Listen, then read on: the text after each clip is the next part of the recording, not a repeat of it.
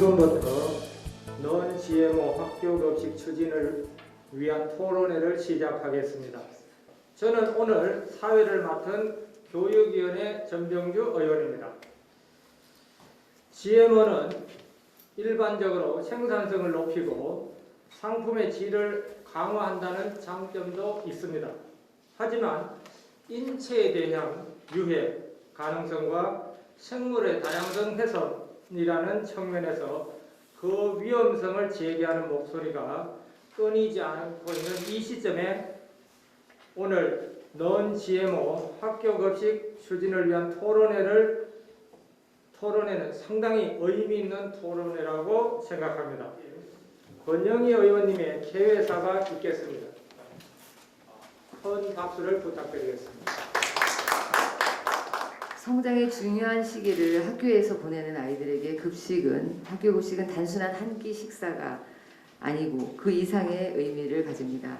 학교 급식은 아이들의 건강과 성장에 직접적인 영향을 미치기 때문에 안전성 확보가 그 무엇보다 중요합니다. 그러나 국내 실정상 유전자 변형 식품 등의 표시 기준이 GMO 식재료가 3% 이상 함유된 경우에만 표시되도록 되어 있습니다. 3% 이하는 표시가 안 되는 것이죠. 그래서 아이들이 소중한 급식에서 GMO를 완전히 배제하기 어렵습니다. 여전히 GMO가 함유된 식용유, 당류, 전분 등이 학교 급식에 제공되고 있습니다. 학부모님들과 시민사회, 서울시의회, 교육위원회 위원님들이 도움과 지지 덕분에 작년 10월에는 서울특별시 친환경 급식 등 지원에 관한 조례를, 금년 3월에는 서울시 교육청 학교 급식 운영 조례를 각각 개정해서 non-GMO 학교 급식을 실현할 수 있는 근거를 마련하였습니다.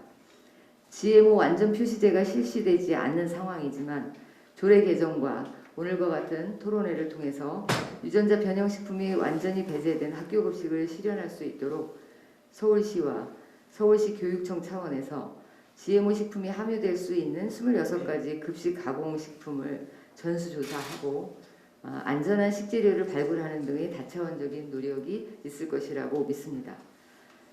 코로나19로 답답한 일상이지만 더 건강한 사회를 향한 오늘의 토론회가 우리에게 희망의 시그널이 되기를 바랍니다. 다시 한번 토론회에 참석해 주신 모든 분들과 온라인으로 시청 중이신 시민 여러분께 감사의 인사를 드립니다. 감사합니다. 다음은 서울시의회 김기덕 부의장님의 축사가 있겠습니다. 큰 박수를 부탁드립니다. 청년기는 건강해서 아름답고, 중년기는 중후해서 아름답고, 노년기는 지혜로워서 아름답다고 합니다. 우리 권영희 의원님 아주 중후합니다. 소리내지 않고 내실 있는 의정활동 참 잘하시더군요. 그런데 오늘 이 186번째 토론회에서 이렇게 non-GMO 학교급식을 좀 우리 잘해서 건강한 걸로 아이들한테 피해를 주지 말고 아이들의 건강을 살피자, 이제 이런 취지로 조례를 2번 하셨다고 방금 전에 이렇게 말씀하셨네요. 사실 2018년부터 이제 시민 참여 예산으로 GMO로부터 안전한 학교급식 사고 3년간 추진을 지금 하고 있지 않습니까? 그래서 전면적으로 이 GMO 식품을 배제한 이제 이런 친환경 급식을 도모해야 될 매우 이제 중요한 시기에 우리 권영희 의원님이 발벗고 나섰습니다. 그래서 오늘 이 토론회는 우리 자라나는 청소년들에게 큰 희망을 주는 이런 토론회라고 봐서 매우 의미 있다고 생각을 합니다.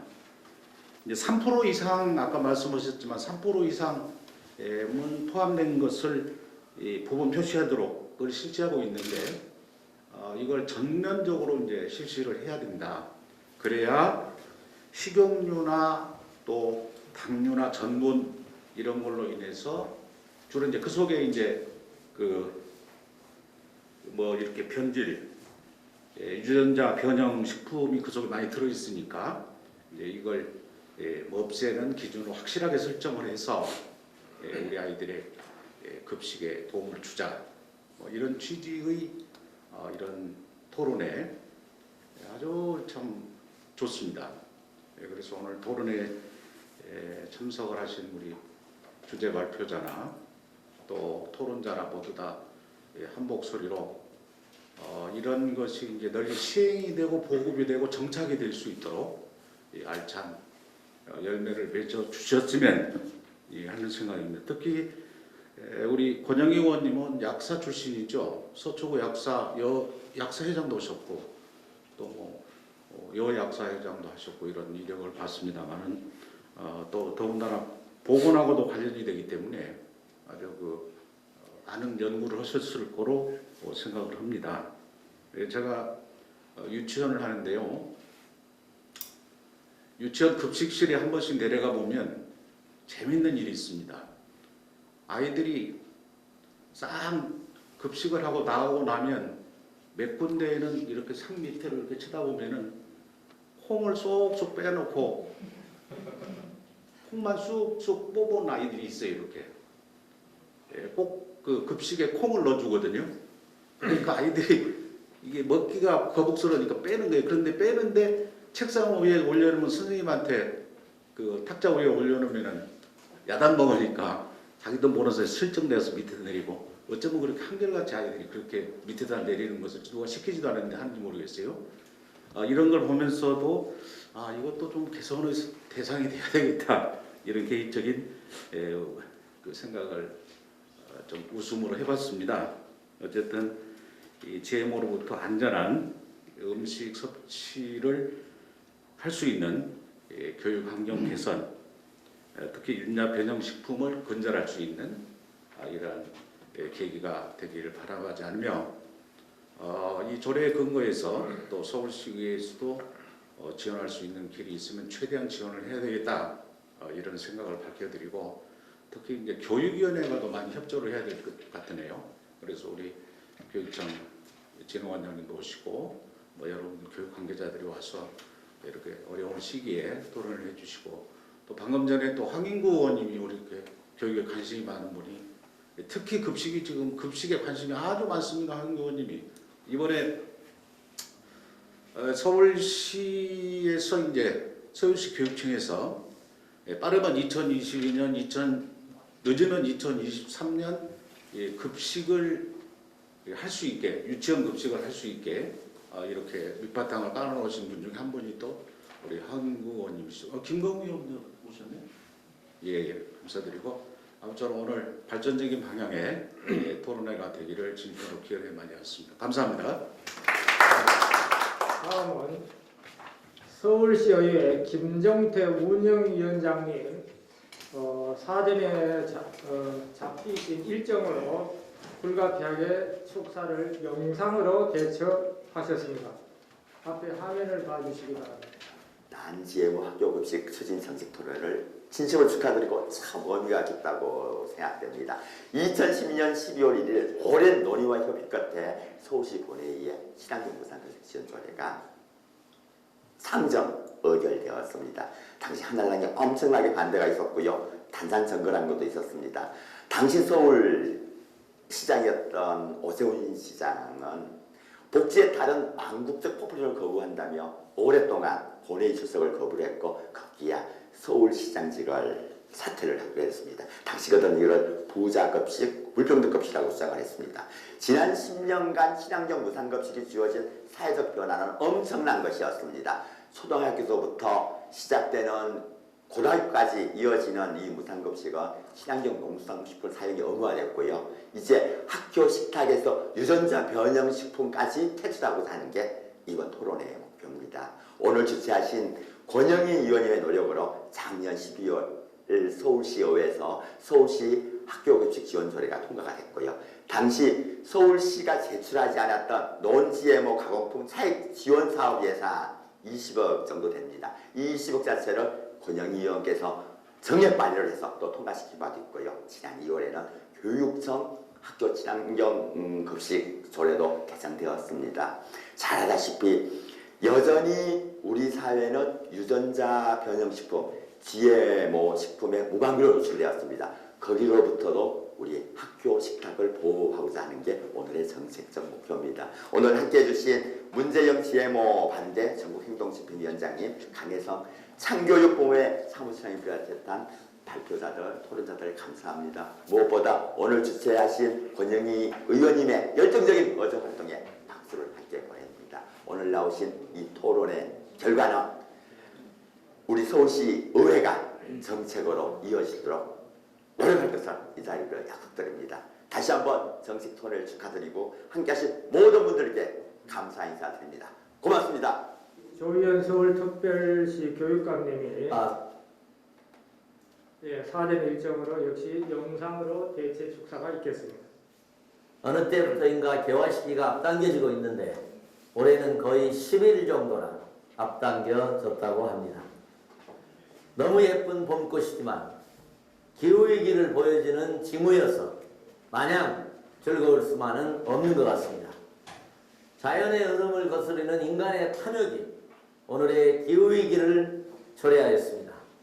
오늘 논의하는 GMO도 인간의 이기에서, 이기심에서 자유로울 수는 없습니다. 먼저 지난 3월 서울특별시 교육청 학교급식 운영조례 일부 개정안으로 학교급식의 유전자 변형식품 등의 사용이 최소화되고 단계적 감축을 통해 학생들의 건강한 학교급식이 제공될 수 있도록 그렇게 도와주신 권영희 의원님을 비롯한 서울시 의원님들께 감사의 말씀을 먼저 올립니다. 우리 서울시 교육청은 공약사항으로 오무, 즉 잔류농약, 방사능, GMO, 항생제, 화학적 합성 첨가물 등을 없애는 그런 급식을 추진하여 안전하고 우수한 학교 급식을 제공하기 위해 노력하고 있습니다. 학부모님들이 많이 우려하고 계시는 원재료 형태의 유전자 변형식품은 학교 급식에 쓰여지고 있지는 않습니다. 그러나 이러한 원재료를 제조, 가공한 식품인 식용유, 전분, 당류가 일부 학교 급식에 사용되고 있습니다. 이에 서울시 교육청은 식용유, 전분, 당류에 대해서는 GMO 원재료가 아닌 제품 사용을 권장하는 지침을 이미 2021년도 학교급식 기본 방향에 안내하였습니다. 그리고 원재료가 유전자 변형식품인 우려를 원천적으로 없애기 위해서 4월에 실태조사를 실시해서 GMO를 쓰지 않는 식용유, 전분, 당류를 대체하는 식재료가 사용될 수 있도록 적극 노력하고자 합니다. 오늘 토론회를 통해서 GMO로부터 안전한 학교급식이 추진될 수 있는 소통의 시간이 되시기를 바랍니다. 서울시 교육청은 지속가능한 먹거리 생태 전환이 이루어질 수 있도록 더욱 노력하도록 하겠습니다. 저희 서울시 교육청은 기후위기 시기에 대응해서 생태 전환 교육이라는 이름으로 다양한 생태 친화적 환경 교육을 실시하고 있습니다. 더욱 노력하겠습니다. 감사합니다.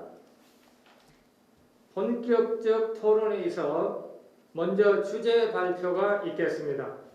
GMO 반대 전국 행동 문재영 상임 집행위원장님께서 서울시 비GMO 가공식품 학교급식 실현을 위하여라는 주제로 발표해 주시겠습니다. 예, 안녕하세요. GMO 전국행동 상임 집행위원장 문재형이라고 합니다. 예, 오늘 그 서울시 비GMO 가공식품 학교급식을 위한 자리에 이렇게 발표를 하게 해주셔서 좀 감사드리고요. 예, 오늘 뭐 좋은 기회인 만큼 국내 뭐 현안이나 또 우리가 이제 나아갈 점들에 대해서 좀 짚어보도록 하겠습니다. 예, 오늘 제 그 발표 순서는요. 제가 한 가지 말씀드릴게요.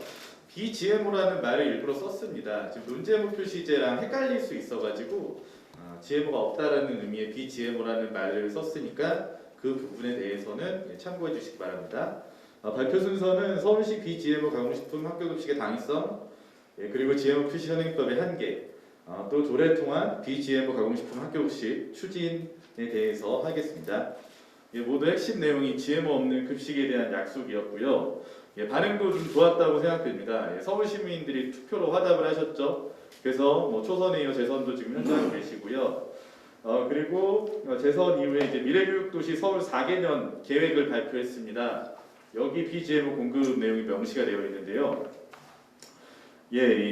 그 서울시교육청 홈페이지에서 제가 찾은 이미지인데, 미래교육도시 서울 기본계획안 2018년도에 발표한 내용입니다. 서울시랑 서울시 교육청이 함께 작성한 내용이고, 3-5의 GMO로부터 안전한 학교급식을 통한 급식의 질 향상 카테고리가 있습니다. 뭐 여러 가지 내용들이 있고, 참여 단위를 보면은 이제 시작이니까 처음에는 적게 시작하는 거죠. 2018년도 6개국 235개교에서 시작을 해서 2021년 25개국 940개교, 그리고 관련 예산으로는 2018년 10억 원에서 2021년 42억 5천만 원 확대 내용이 있습니다. 굉장히 좋은 계획이고 구체적인 방안이다 이렇게 생각을 했는데, 아쉽지만 지금 2021년도에 관련 예산이 제가 알기로는 없는 거로 좀 확인이 된 좀 아쉬운 부분이 좀 있습니다. 또 다른 당위성입니다. 이게 서울시뿐만이 아니라 국민들의 요구가 이미 좀 확인이 됐습니다. 학교급식 GMO 퇴출 관련된 이제 청와대 국민청원에 약 22만여 명이 참가를 했고요. 현직 대통령인 문재인 대통령이 후보 시절 때 친환경 음식 등 건강한 먹거리 공약을 했는데요. 건강한 먹거리 안에는 당연히 GMO가 없는 내용이 포함되어 있다라고 볼 수 있습니다. 그래서 이제 문재인 정부 출범 이후에 움직임이 없어서 2018년 4월에 GMO 안전 표시에 청와대 국민청원이 진행됐습니다. 청원의 핵심 내용 중에 하나가 학교급식 GMO 퇴출인 게 좀 명시가 되어 있고요. 21만 6,886명의 국민이 청원에 참여해 이 내용이 시제의 의제인 것이 확인이 되었습니다. 청와대 GMO 안전표시의 청원 내용 한번 보겠습니다. 위에 현수막에도 보시면은 GMO 안전표시제, GMO 학교급식 퇴출 이 두 내용이 핵심 내용인 게 확인이 되었고요. 소비자 알 권리, 선택할 권리 보장과 또 중요한 부분입니다. 생산자 보호를 위해 현행 GMO 표시 개정을 청원합니다. 생산자 보호 내용은 제가 이따 발표 때 추가로 왜 이 부분이 들어가는지 설명을 드리겠습니다. 어쨌든 GMO 표시 강화와 학교급식에서의 퇴출은 국민들의 요구이자 대통령 공약사항인 것들이 2018년에 명확하게 확인되었습니다. 다음으로 GMO 식품은 친환경 무상급식과 공존할 수 없음에 대해서 말씀을 드리겠습니다. 안전성 부분은 제가 일부러 발표하진 않았습니다. 안전성 부분들에 대해서는 논란도 있기도 하고요. 이것보다는 조금 더 명확한 부분에 대한 얘기를 한번 드려보고 싶었습니다. 아까 권영희 의원께서도 축사 때 말씀하셨지만은 우리 이제 친환경 무상급식이라는 게 단순히 우리 식사를 제공하는 게 아닙니다. 친환경 무상급식을 아이들한테 제공하면서 학생들한테 제공하면서 지속 가능한 먹거리를 통해 우리의 삶도 건강하게 지속된다는 그런 교육의 성격도 지니고 있습니다. 이를 통해서 도농상생의 가치와 또 자연과 사람이 조화롭게 지낸다 이런 내용까지 담고 있는데요. 그러나 GMO가 자라는 땅에서는 친환경 농사가 되지 않습니다. 성립될 수 없다는 말씀인데요. 좀 아이러니죠. 서울시가 친환경 무상급식 10년째 하고 있는데 친환경 무상급식과 그 상극인 GMO 가공식품이 일부 사용되고 있다. 그렇고요. 이게 왜 상극이냐면요. GMO가 방출된 땅은 이제 생태가 교란이 되는 겁니다. 그래서 이제 실제 그런 문제들이 발생을 하고 있고요. 국내에도 발생이 되었습니다. 그래서 미승인 LM일체 방출 사건들이 좀 있는데요. 이 부분 잠깐 설명을 드릴게요. 2017년도에 미승인 유체가 국내 이제 태백에서 발견이 됐는데요. 이게 거슬러 올라가 보면은 겁역 실패로 인해서 2016년에 중국에서 이제 들어온 거고요. 전국에서 재배된 게 확인이 됐습니다. 그래서 지금 거의 5년째인데요. 최소 이제 연간 2회 민간 합동 조사를 진행하고 있고요. 또 지역화대 전국행동에서도 이제 독자 조사도 지금 진행하고 있는데 제거가 좀 되어가고 있는 추세이긴 하지만 여전히 발견되고 있습니다. 자, 만약에 그 친환경 농지의 유체가 발견이 됐습니다. 인증받을 수 있을까요? 쉽지 않습니다. 설령 인증이 된다 할지라도 그 오염된 땅에서 난 거에 대해서 사람들이 선택을 할 수 있을까요? 이처럼 친환경 무상급식과 GMO는 공존하는 것은 불가능하다. 좀 이런 말씀을 드립니다. 그렇기 때문에 서울시가 친환경 무상급식을 하고 있는 만큼 GMO 식품은 사용하지 않는 게 맞다 말씀을 드리겠습니다. 예, 그런데 우리 GMO 급식 현행법에 좀 한계가 있습니다. 예, 식품위생법의 유전자 변형 식품 등의 표시 기준에 독소 조항이 존재하고 있어서인데요. 일단 국내는 상업용으로 재배되는 GMO가 없습니다. 시험용 GMO만 좀 제한적으로 좀 되고 있고요. 국내에서는 이제 따라서 GMO가 없다라고 말씀드릴 수 있을 것 같아요. 물론 시도는 있었습니다. 2016년도에 쌀을 GMO화하겠다는 시도가 있었지만 국민들이 굉장히 반대했죠. 농민들도 반대했고 그래서 무산이 되었고요. 그래서 현재 지금 들어오고 있는 GMO는 이제 콩, 옥수수, 모카, 카놀라, 알파카, 사탕무인데요. 이 중에 콩, 옥수수 유체가 이제 가공식품 원재료로 사용되고 있습니다. GMO 원료로 이제 가공식품을 만들었잖아요. 그러면 표시를 해야 되는데 독소 조항이 있어가지고 최종 원물에 DNA나 단백질이 남아있지 않으면 면제를 해주는 독소 조항이 있습니다. 예, 그 독소 조항 좀 보겠습니다. 식품위생법 제12조의 2 유전자 변형 식품 등의 표시인데요. 뭐 앞쪽에는 GMO란 이런 거다라는 내용이 있는데 맨 뒤에 다만 제조 가공 후에 유전자 변형 DNA 또는 유전자 변형 단백질이 남아있는 유전자 변형 식품에 한정한다라는 독소 조항이 있습니다.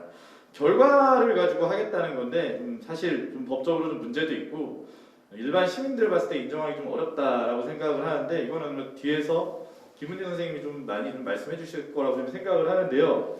근데 어쨌든 핵심은 국내 유통되는 GMO 그 식품의 대부분은 가공 과정을 거쳐서 단백질이나 DNA가 남아있지 않은 경우가 대부분이라는 겁니다. 그런데 위 독소 조항 때문에 표시가 되지 않아요. 그래서 그런 표시가 되지 않고 있는 것들이 학교 급식에도 공급되고 있다. 이 말씀을 좀 드리겠습니다. 그리고 또 우리가 이 부분을 알아야 됩니다. 이 독소 조항이 가지고 있는 표시 면제는 표시 면제예요. 표시에 대한 면제지 표시가 되지 않았다라고 GMO가 아니다라고 말할 수 있는 것은 아닌 것입니다. 표시에 대한 면제랑 GMO 여부를 확인해 주는 건 별개의 문제인 거를 우리는 이제 명확히 해야 되고요. 예, 이거는 또 인과관계가 있어요. 실제 수입되고 있는 양이 어마어마하거든요. 그러니까 수입한 GMO 콩, 옥수수, 카놀라를 원재료로 한 가공식품인 간장이나 뭐 식용유나 당류나 뭐 우리 주변에 존재하고 있고 뭐 학교 급식에도 일부 사용되고 있고요. 근데 이게 뭐 표시가 안 돼 있다 해도 한번 보겠습니다. 수입이 얼마나 되고 있냐면요. 연간 수입되는 식품용 GMO가 한 200만 톤 정도 되고 대부분이 가공식품 원재료로 사용되고 있는데 이게 통계가 재밌는 게 이 200만 톤은 곡식 통계예요. 근데 카놀라유는 안 잡힙니다. 카놀라유는 기름 형태로 들어오기 때문에 정확하게 얘기하면 200만 플러스 알파라고 할 수 있습니다. 근데 국내 그 식용유 시장 1위가 카놀라죠. 한 30-40% 정도 차지합니다. 그렇기 때문에 200만 톤 플러스 상당한 알파라고 볼 수 있는데 수입량 구체적으로 좀 보겠습니다. 예, 여기 뭐 한 최근 10년인데 꾸준히 상승하고 있는 게 보이죠? 예, 그래서 2019년 기준 국내 GMO 수입량은 한 1,200만 톤 가량 됩니다. 이 중 이제 농업용 사료용, 농축산용이라고 하는데요, 한 1,000만 톤 되고요. 그리고 오늘 우리가 좀 구체적으로 봐야 하는 식품용이 GMO 옥수수나 이제 콩이 한 200만 톤 달하는 것입니다. 예, 표시제가 한계가 있어가지고 표시가 되지 않죠. 그렇다고 수입되고 있는 식품용 GMO 200만 톤이 증발되는 게 아니잖아요. 버젓이 이렇게 수입돼서 가공식품 원재료로 사용되는 거를 우리가 이미 알고 있는데 인식하면서도 GMO 가공식품을 학교 급식에 사용하는 것은 좀 상식적이지 못하다. 좀 이런 말씀을 좀 드려보고요. 표시현행법의 한계에 대해서 아까 뭐 청와대 청원도 말씀드렸습니다. 관련해서 그 청와대 청원 이후에 협의체가 진행되고 있으나 좀 지지부진한 상황입니다. 제가 협의체 위원이기도 하고요. 좀 그래서 좀 그 부분들에 대해서 약간 말씀도 한번 드려보겠습니다. 예, 청원 이후에 그 청와대가 GMO 완전 표시제, 그러니까 원료 기반 표시제죠. 이거를 도입할 경우 뭐 가격 상승이나 뭐 혼란이나 또 아니면은 그 이제 그 무역을 할 때 좀 어려움이 있을 수 있다. 뭐 예를 들어 이제 미국이 GMO 주스 수출국이니까 좀 그런 건데요. 그런 말씀을 그러니까 그런 이야기를 했는데 국민들 입장에서 좀 황당했던 게 이건 어느 정권에서나 식약처가 늘 하던 얘기였었거든요. 이거를 그대로 또 얘기해서 안타까움이 있었는데 그래서 좀 협의를 해보자 해서 협의체가 좀 운영이 됐습니다. 1차 협의체는 2018년 12월부터 19년 6월까지 시민사회 8인, 식품업계 8인, 그 다음에 이제 원래 주무부처는 식약처입니다. 근데 식약처가 하지 않았어요. 갈등해결센터라는 곳에 용역을 줘서 운영이 되었는데요. 이거는 협의체 결과가 공개되었기 때문에 정확히 말씀드릴 수 있고요. 그 다음에 지금 새롭게 2020년에 1월부터 협의체가 운영이 되고 있습니다. 식약처가 주무부처로 하고 있긴 한데요. 예, 여기도 이제 뭐 제가 참여하고 있는데 좀 생각만큼 진행이 어렵습니다. 협의체를 진행할수록 식품업계랑 시민사회 입장 차가 크다는 것만 확인이 되는데 1차 협의체 결과에 대해서는 이미 공개가 됐으니까 제가 말씀을 좀 드릴게요.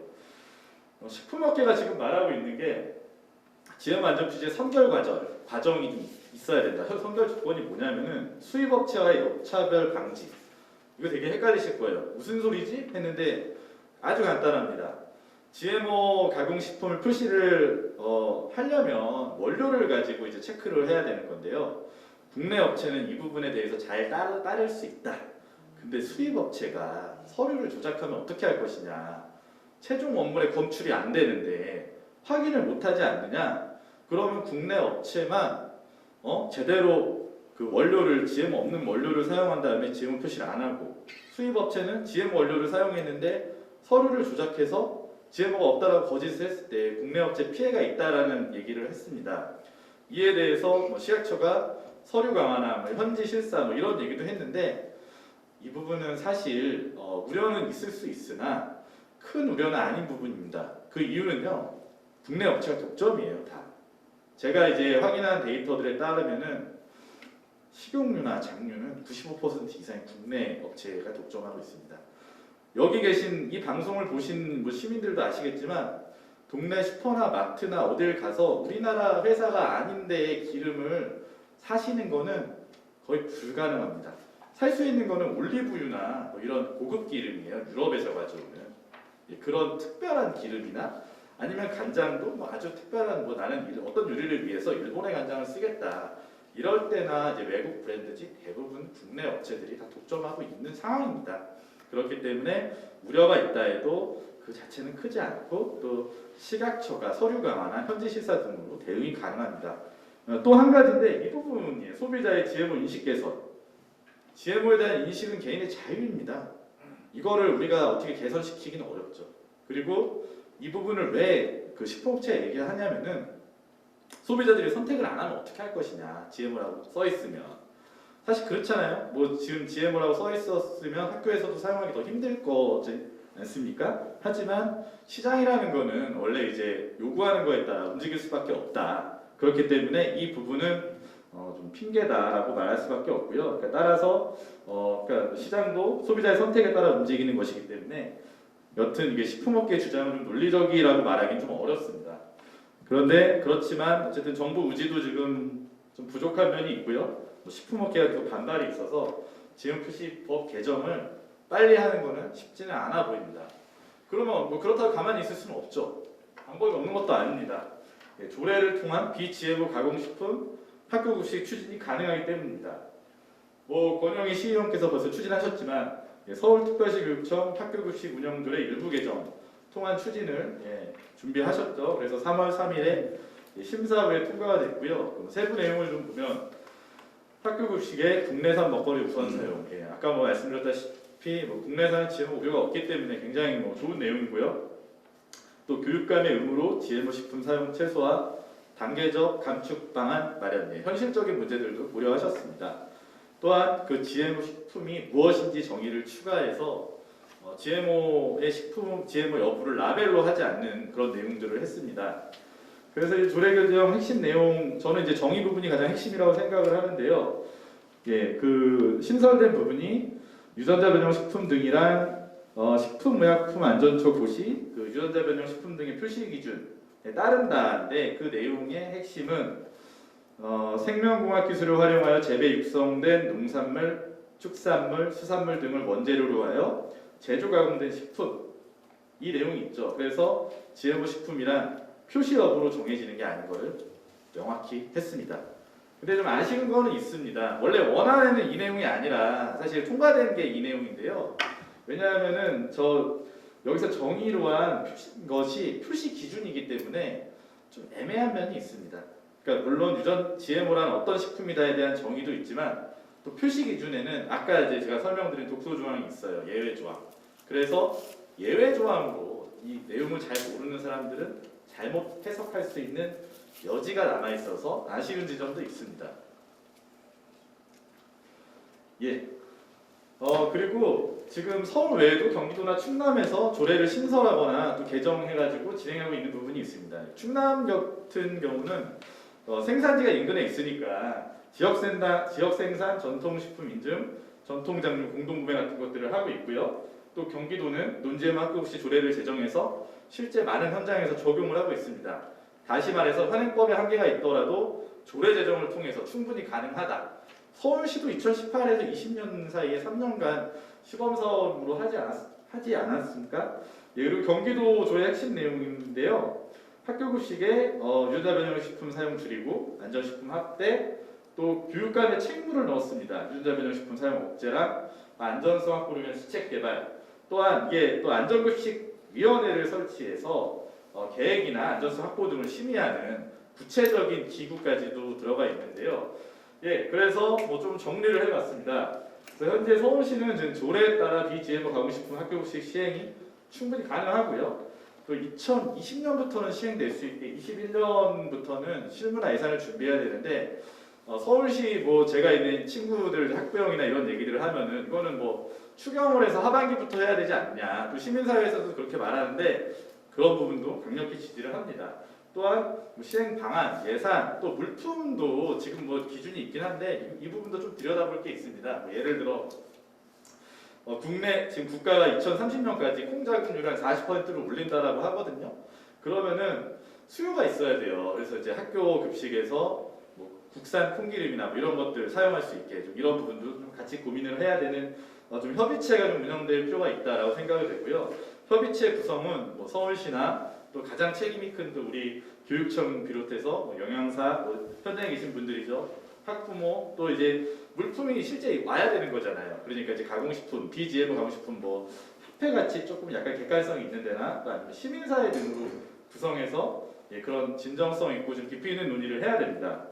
그리고 또 중요한 건데요. 3년 동안 시범사업 했는데 지금 잘 안 됐잖아요. 그러니까 시민사회나 협의체가 이런 현재 이제 조례 통과하고 진행되는 내용들에 대해서 지속적으로 관심 가지고 박수도 쳐주고 감시도 해야 된다고 생각을 합니다. 예, 끝으로 학교급식을 먹는 학생들은 먹거리 선택권이 없어요. 주어지는 거를 먹는 학생들이기 때문에 우리는 학생들 먹거리 기본권 보장을 위해서 정말 최선을 다해야 됩니다. 안전성 보장, 제가 안전성 얘기를 하진 않지만 안전성 보장이나 아니면 지속가능한 관계가 되지 않는 부분들이나 이런 논란거리가 있는 부분들은 배제를 해야 되는 거고, 그래서 학생들이 선택권 없이 그냥 주어진 걸 의무로 먹었을 때 가장 좋고 또 지속가능한 먹거리를 먹을 수 있게 우리가 노력해야 됩니다. 그래서 BGMO 가공식품 학교급식을 우리가 추진해야 하는 이유다, 이렇게 생각을 합니다.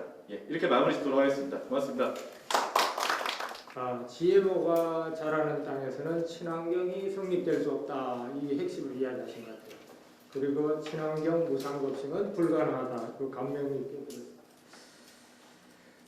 저 개인적으로도 이 GMO는 어떤 식량 문제를 해결할 수 있고 대체 연료로 사용할 수 있다는 그런 장점도 있긴 있습니다. 하지만 생태계 교란 그리고 안정성에 대한 문제가 충분히 검증되지 않았다라는 부분에 대해서 나름대로 비판을 많이 받고 있는 게 현 실정이라고 생각합니다.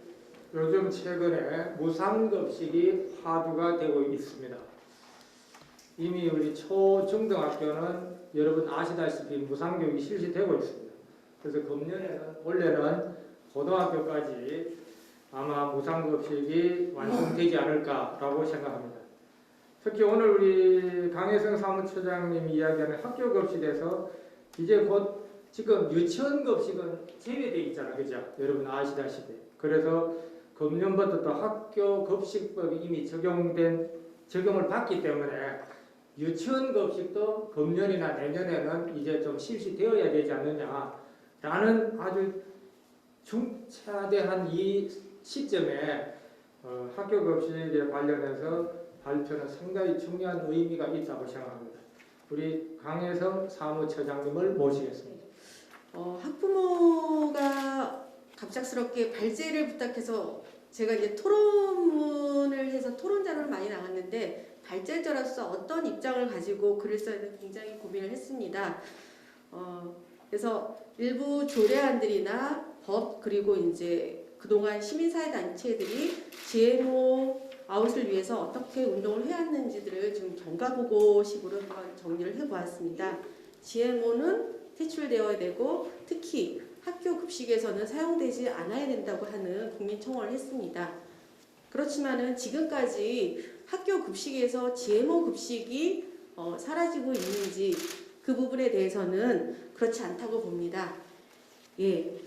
그리고 2019년도에 일단은 우리 GMO 아웃에 대한 국민청원에 대한 정부로부터의 그 대답이 없었기 때문에 GMO 표시제 뿔난 소비자 정부는 묵묵부답 GMO 표시제 사회적 합의에 중단에 따른 정부 책임 촉구 기자회견에서 정말 급식을 먹는 학생이 와서 기자회견에 발언했습니다. 내가 매일매일 학교 급식에서 GMO를 먹고 있는데 청와대는 우리나라가 GMO 표시를 잘 하고 있는 나라라고 답변을 했다. 정말 그렇다면은 우리나라가 논 GMO를 하고 있다고 정부는 정확하게 말씀할 수 있는 그런 근거를 가지고 있어야 되는데 그렇지 않다는 거죠. 아까 3% 이상일 때만 GMO 표시를 해야 되고 뭐 이런 법적 근거를 또 아까 말씀하시는데 국민들은 법이 너무 어렵습니다. 정말 어렵습니다. 제가 조례도 찾아보고 학교급식법, 식약처, 그러니까 식품법, 뭐 수입식품법 이런 것들을 다 찾아봤는데 저희가 이해하기가 굉장히 어려운 부분들이 많더라고요. 그러니까 이거를 해야지 된다는 건지 말아야 된다는 건지 그러면서 아까 독소 조항도 있어요. 단 점점점점 이러면서 때 그러면 이거는 또 GMO를 쓸 수 있다는 거지 그런 해석들에 대한 것들은 국민들은 잘 모릅니다. 그러면은 국가는 국민으로부터 건강한 먹거리를 제공해야 될 의무가 있는데 그런 거에 대해서는 지금 책임을 방기하고 있다는 여중생의 이 답변에도 정확한 답변을 지금 못하고 있는 겁니다. 그리고 우리나라가 지금 GMO 수입을 한 지 30년이 넘었는데도 이 부분에 대한 어떤 국민전 안전망이 지금 없다는 거죠. GMO 그리고 수입 국가로서 우리나라가 세계 1위입니다. 그리고 2016년도에 보면은 청소년들이 만든 GMO 책자가 있습니다. 이곳에 보면은 GMO가 얼마나 위험한지에 대한 그 부분들을 우리 자라나는 청소년들이 저희보다 더 잘 알고 있다는 이야기입니다. 저희가 교육을 통해서 아이들이 가르치지 않은 것들도 자기네 스스로가 찾아서 책자까지 만들어서 GMO의 위험성을 알리고 있습니다. 그런데 우리 사회는 그러면 이 부분에 대해서 어떤 식으로 지금 법과 조례 개정을 하면서 우리 아이들의 안전성을 책임지고 있는지에 대한 답변들을 지금 제대로 못하고 있습니다. 그리고 GMO 관련해서 보면 아시아 국가 중에서 대만도 저희하고 비슷한 경험들을 겪었습니다. 학부모 단체와 그리고 시민 단체들이 학교 급식에서 논 GMO, 그러니까 GMO 반대 전국 행동 토론회 여기를 봤을 때 대만의 논 GMO 학교 급식 연대 사례가 소개되었었는데 대만 같은 경우에는 이게 정치인들이 공약 사안으로 내걸었습니다. 그리고서 이것을 지켰습니다. 그럼 저희들도 어쨌든 지방선거가 있고 또 총선도 있고 대선도 있을 때마다 이런 부분에서 언제든지 공약사항으로 논 GMO에 대한 것들은 계속해서 나오고 있었지만 국민들이 원하는 답은 들을 수가 없었거든요. 그럼 대만과 저희 나라의 차이는 무엇일까 저는 곰곰이 좀 생각을 해봤습니다. 저희 시민과 학부모의 조직된 운동이 부족했던 걸까? 근데 한 달 새에 약 22만 명이 서명을 한다는 건 대단한 거거든요. 만약에 한 달을 더 1년이든 기간을 연장했을 때 전 국민이 저는 동참했을 수 있을 거라고 생각을 합니다. 근데 그런 부분에서 시민사회단체와 학부모들과 그 아까 GMO에 대한 인식이 개선돼야 된다고 했지만 GMO에 대한 위험성들은 다 알고 있습니다. 모르지는 않습니다. 그렇다 그러면은 이 부분에 대해서는 법적인 제도와 정책들이 만들어져야지만 가능한 건데 그런 부분들이 이루어지지 않고 항상 정치인들은 선거 공약 그때만 그냥 립서비스식으로 이야기를 하고 있고 이거에 대한 정확한 답변들을 지금 해주지 못하고 있다고 저는 생각을 하고 있거든요. 그래서 대만과 우리나라의 지금 논 GMO의 지금 현 시점이 왜 다른가 하는 부분에서 저는 굉장히 시민운동 단체로서도 반성을 하는 지점이 있고 저희 지금 현재 정치인들한테 쓴소리를 좀 하고 싶습니다. 공약을 했으면은 공약을 지켜야 된다는 거. 서울시 교육감님도 마찬가지고 현재 서울시장도 아까 오세훈 시장님 말씀하셨지만 이제는 친환경 무상급식만이 아닌 질적인 도약을 할 수 있는 가공식품도 안전한 급식이 들어갈 수 있도록 우리 아이들한테 신경을 더 써야 된다고 저는 생각을 합니다. 그리고 저는 전국의 시도 조례를 한번 살펴보았습니다. 유전자 변형 식품을 못 쓰게 하고는 있습니다. 그런데 현실적으로는 전국 시도에서 아이들이 학교 급식에서 먹는 그 부분에서 급식에서는 가공품들이 여전히 아까 얘기했듯이 카놀라유든 그리고 올리고당이든 이런 부분에서는 계속해서 사용되고 있고 특히 초등학교보다 중고등학생들한테 그 가공품이 많이 사용되고 있다고 저는 생각을 합니다. 그리고 학교 급식법도 문제이지만 식품위생법에서도 그 유전자 변형 식품에 대한 식재료, 친환경 식재료에 대한 이런 정의라던가 이런 부분들이 굉장히 모호해서 이거에 대한 좀 국민들이 쉽게 좀 알 수 있는 법조항들이 좀 개정이 되고 그 다음에 알 수 있는 정보들을 더 많이 제공해 줘야 된다고 저는 생각을 하고 있습니다. 아까 경기도에서도 먼저 논 GMO에 대한 조례를 개정해서 이제 사용하지 못하도록 하고 있다고 했지만 저는 이 부분도 조금 더 학부모로서 잘 정말 지켜지고 있는지에 대한 것들도 모니터링 해야 될 필요성이 있다고 생각을 하고요. 또 앞서서 보면은 저희 식품위생법이나 수식품안전관리특별법을 살펴봐도 국민의 건강 증진을 위해서 앞장서야 될 정부에서 이 부분에 대한 책임을 조금 약간 방기하고 있는 것이 아닌지 조례로서는 GMO를 완전히 학교 급식에서 퇴출하기에는 좀 어렵다고 저는 생각을 합니다. 그럼에도 불구하고 권영희 위원님께서 서울시에서 학교 급식에서 유전자 변형 식품을 지양을 하고 점차적으로 단계해서 감축할 수 있는 부분들을 만들어서 우리 학생들한테 안전한 먹거리를 제공하도록 하는 부분에 대해서는 학부모로서 굉장히 환영하는 바입니다.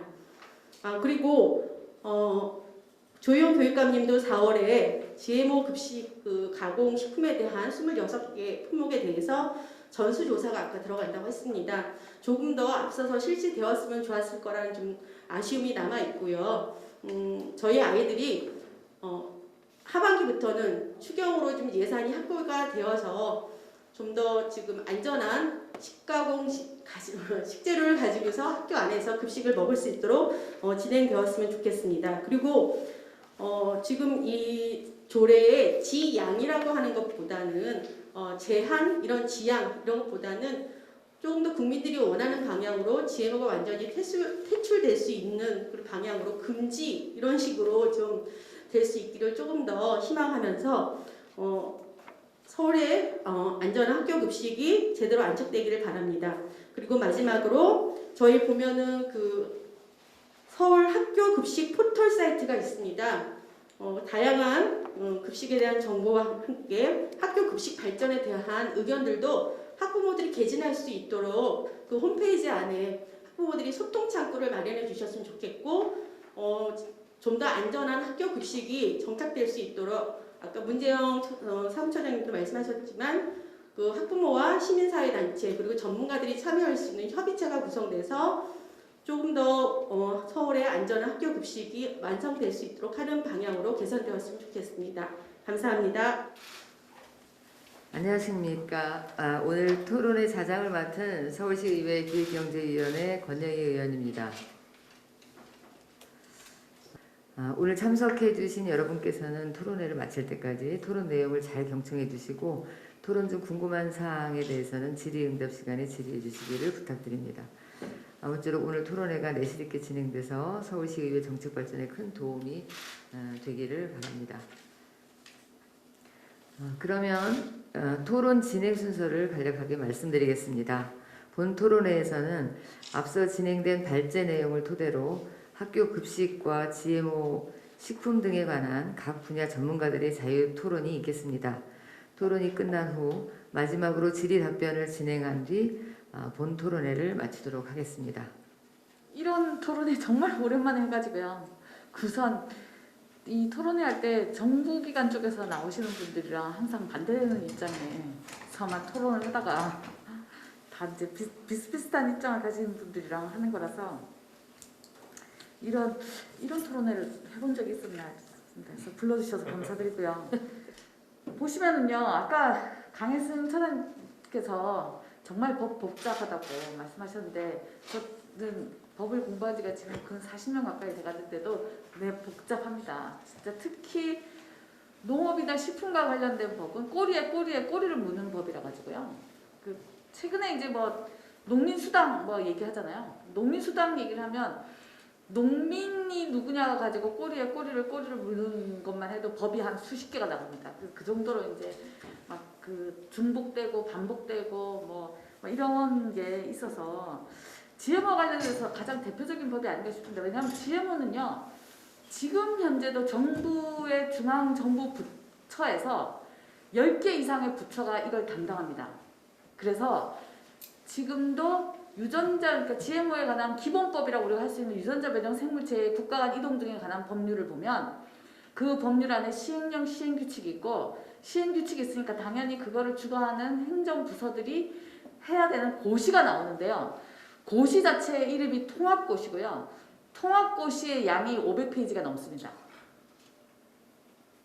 그러니까 정부 부서가 10개 이상이 각자 자기들은 어떻게 할 것인지에 대한 걸 내놓은 거죠. 그러니까 그만큼 GMO가 복잡한 거다라는 거죠. 근데 이렇게 복잡한 거를 학교급식에서 한 조문으로 설명을 하려고 하면 사실은 냉정하게 따지면 불가능에 가까운 거라고 할 수 있습니다. 그래서 이번에 이 개정안을 보시면요. 제가 그 40책 쪽에 보면 의견이라고 해가지고 써놨는데요. 개정안의 핵심은 지금 뭐냐면 제2조 조례 제2조의 4호에 유전자 변형식품 등이란 해가지고 식품의약품안전처 고시에 있는 표시기준 제2조 제1호 각목의 것을 말한다 라고 돼 있는 게 지금 핵심적으로 개정된 안이거든요. 근데 개정된 건데 이 조례 제2조라는 거는 모든 법들이 마찬가지지만 2조는 정의 규정입니다. 그래서 이 조례에서 이 단어를 쓸 때는 무슨 뜻으로 쓰는가에 대한 것을 설명하기 위한 조문이거든요. 그러니까 사실은 냉정하게 따지면 조례를 꿰뚫고 있는 원칙을 의미하는 거라고 할 수 있습니다. 그래서 정의가 굉장히 정의는 보통 법 만들 때도 법 조문 다 만들고 나서 그 중에서 진짜 핵심적인 것들만 뽑아가지고 정의로 만들 정도로 맨 마지막에 하는 건데요.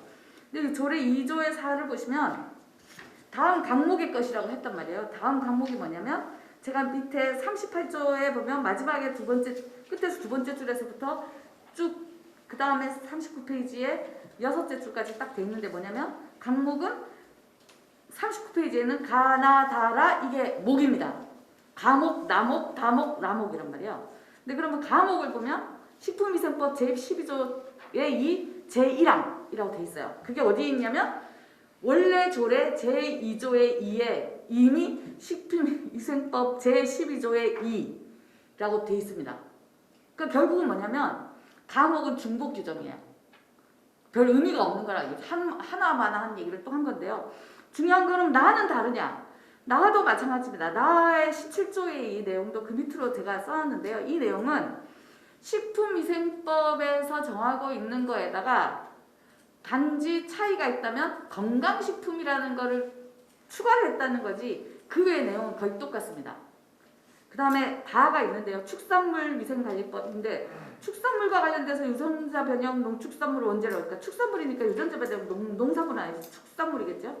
수산물인데 이것도 사실 따지고 보면은 우리가 지금 농산물 얘기를 하면서 축산물, 수산물 얘기하는 게 맞지 않겠다 하겠지만 제가 40페이지로 써놨지만요. 다만 미국과 캐나다에서 지금 현재 유전자 조작 연어를 생산하고 소비를 하고 있다라고 알려져 있기 때문에 앞으로의 우리가 무역 압력에 의해서 미국이나 캐나다산 연어를 수입할 수밖에, 마치 우리가 소고기를 수입하듯이 연어를 수입할 수밖에 없게 되는 그러한 상황까지 간다면 그 미래를 대비해서는 중요한 조항이라고 할 수 있습니다. 3호는요. 네, 라목은 농산물 품질관리법인데요. 이거는 그냥 이 내용도 제2조의 11호, 그러니까 정의 규정입니다. 그래서요. 결국은 조례를 개정을 했는데 개정한 내용 중에 기존의 내용하고 달라진 게 아무것도 없다라는 거예요. 그렇다면 이게 왜 난GMO를 위한 규정이지? 라는 생각을 할 수밖에 없는 거죠. 그러면 이게 보시면요. 왜 그러면 이러한 12조의 2에 이 한 규정이 문제가 되냐면요. 아까도 말씀드린 건 정의 규정이기 때문에 그렇습니다.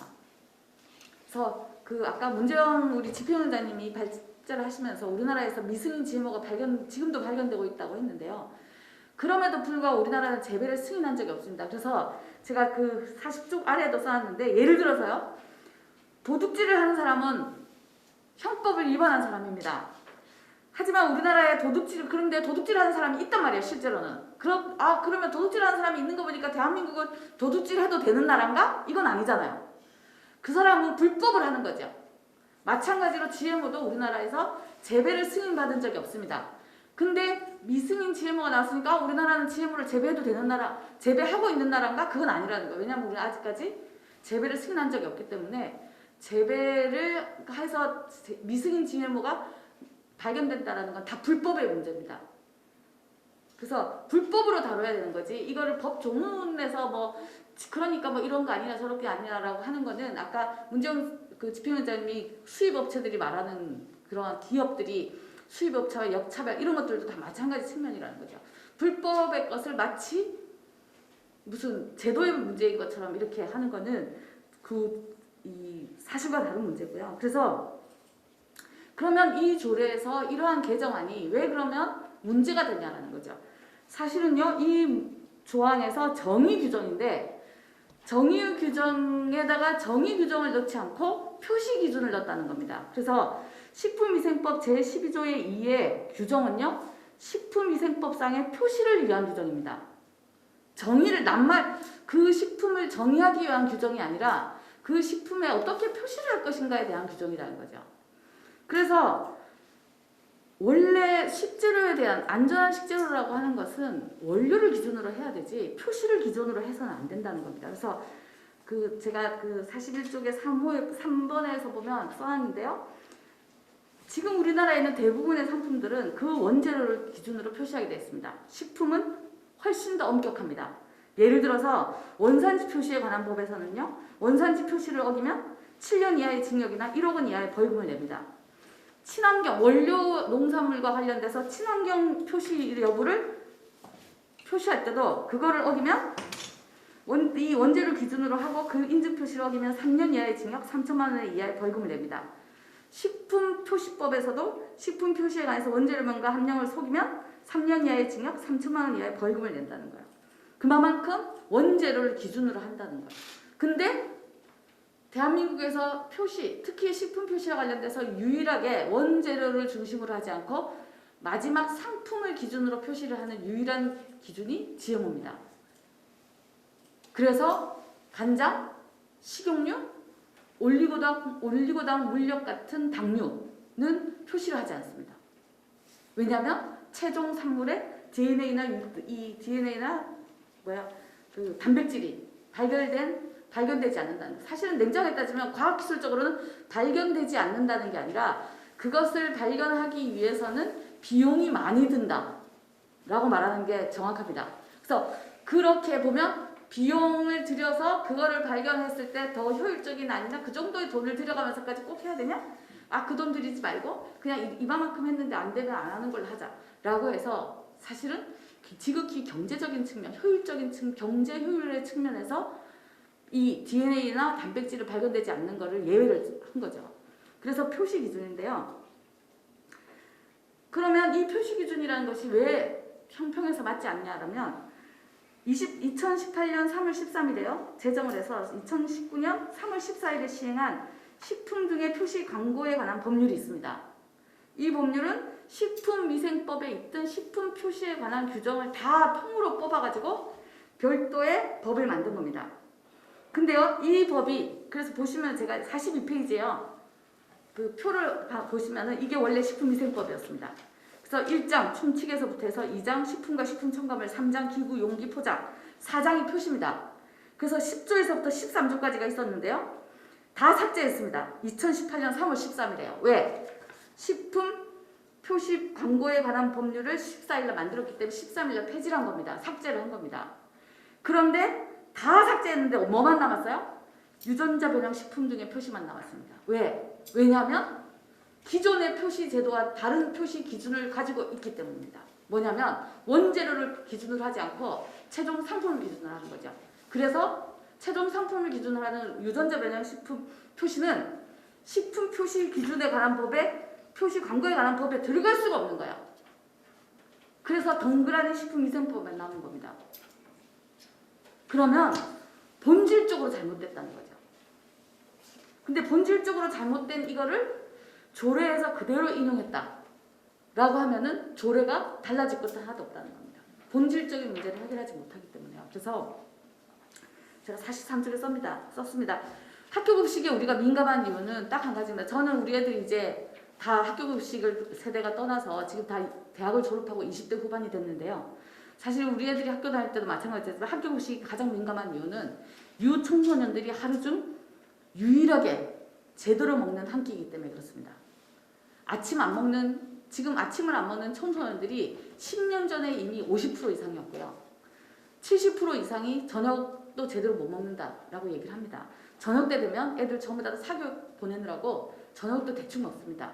그러니 제대로 먹는 밥은 한 끼, 점심밖에 없는 거예요. 학교급식입니다. 그래서 우리가 학교급식에 민감해야 되고 정말로 우리는 학교급식에 우리가 드릴 수 있는 대한민국 국민이 차세대를 이끌어갈 10대 청소년들을 위해서 할 수 있는 모든 정성을 들여야 되는 게 학교급식입니다. 그래서 저는 우리가 학교급식에 이 많은 정성을 기울여야 되는데 이 정성을 기울여야 되는 것에 과연 지금의 제도가 뒷받침하고 있느냐. 정말 그렇지 못하다. 그렇다면 이걸 제대로 하려면 어떻게 할 것이냐. 그래서 제가 마지막 줄에 썼습니다.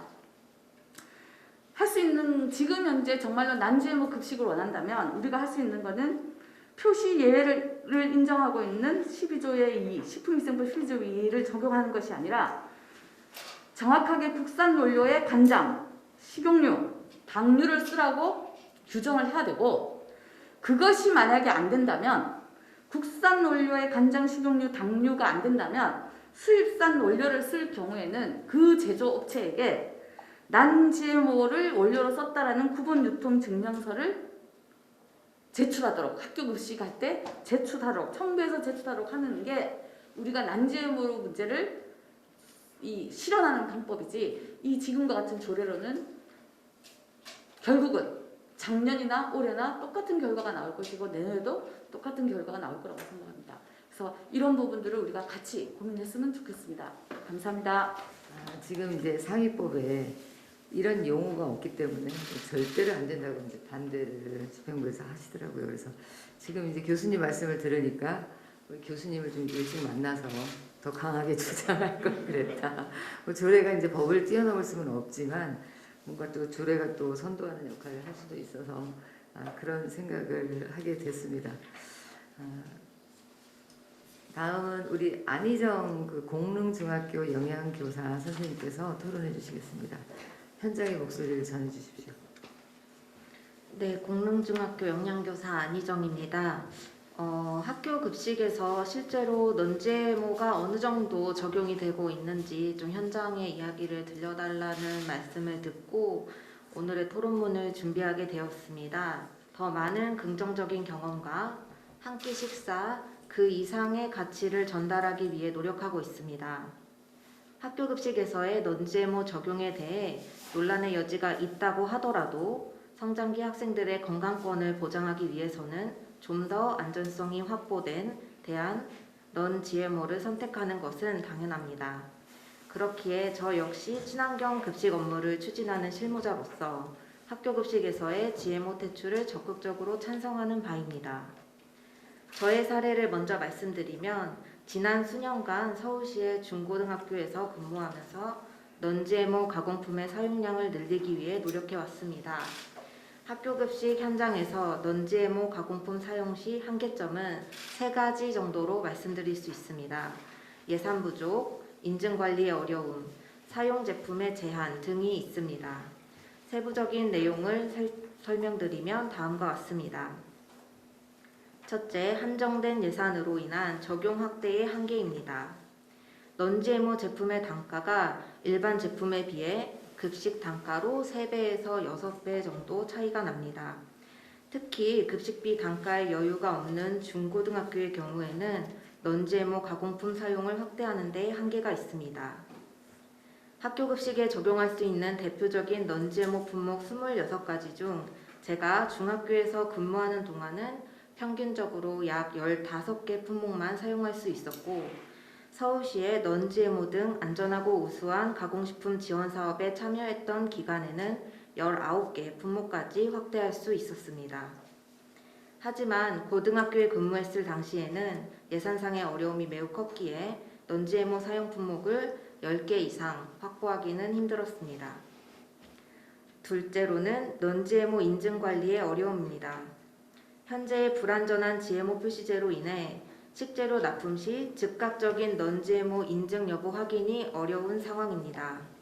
더불어 학교 급식에서는 특정 브랜드의 제품을 지정하여 가공품을 납품받기 어렵기 때문에 넌-GMO 가공품 납품을 요청하면 매번 다른 제품들이 입고되고 있습니다.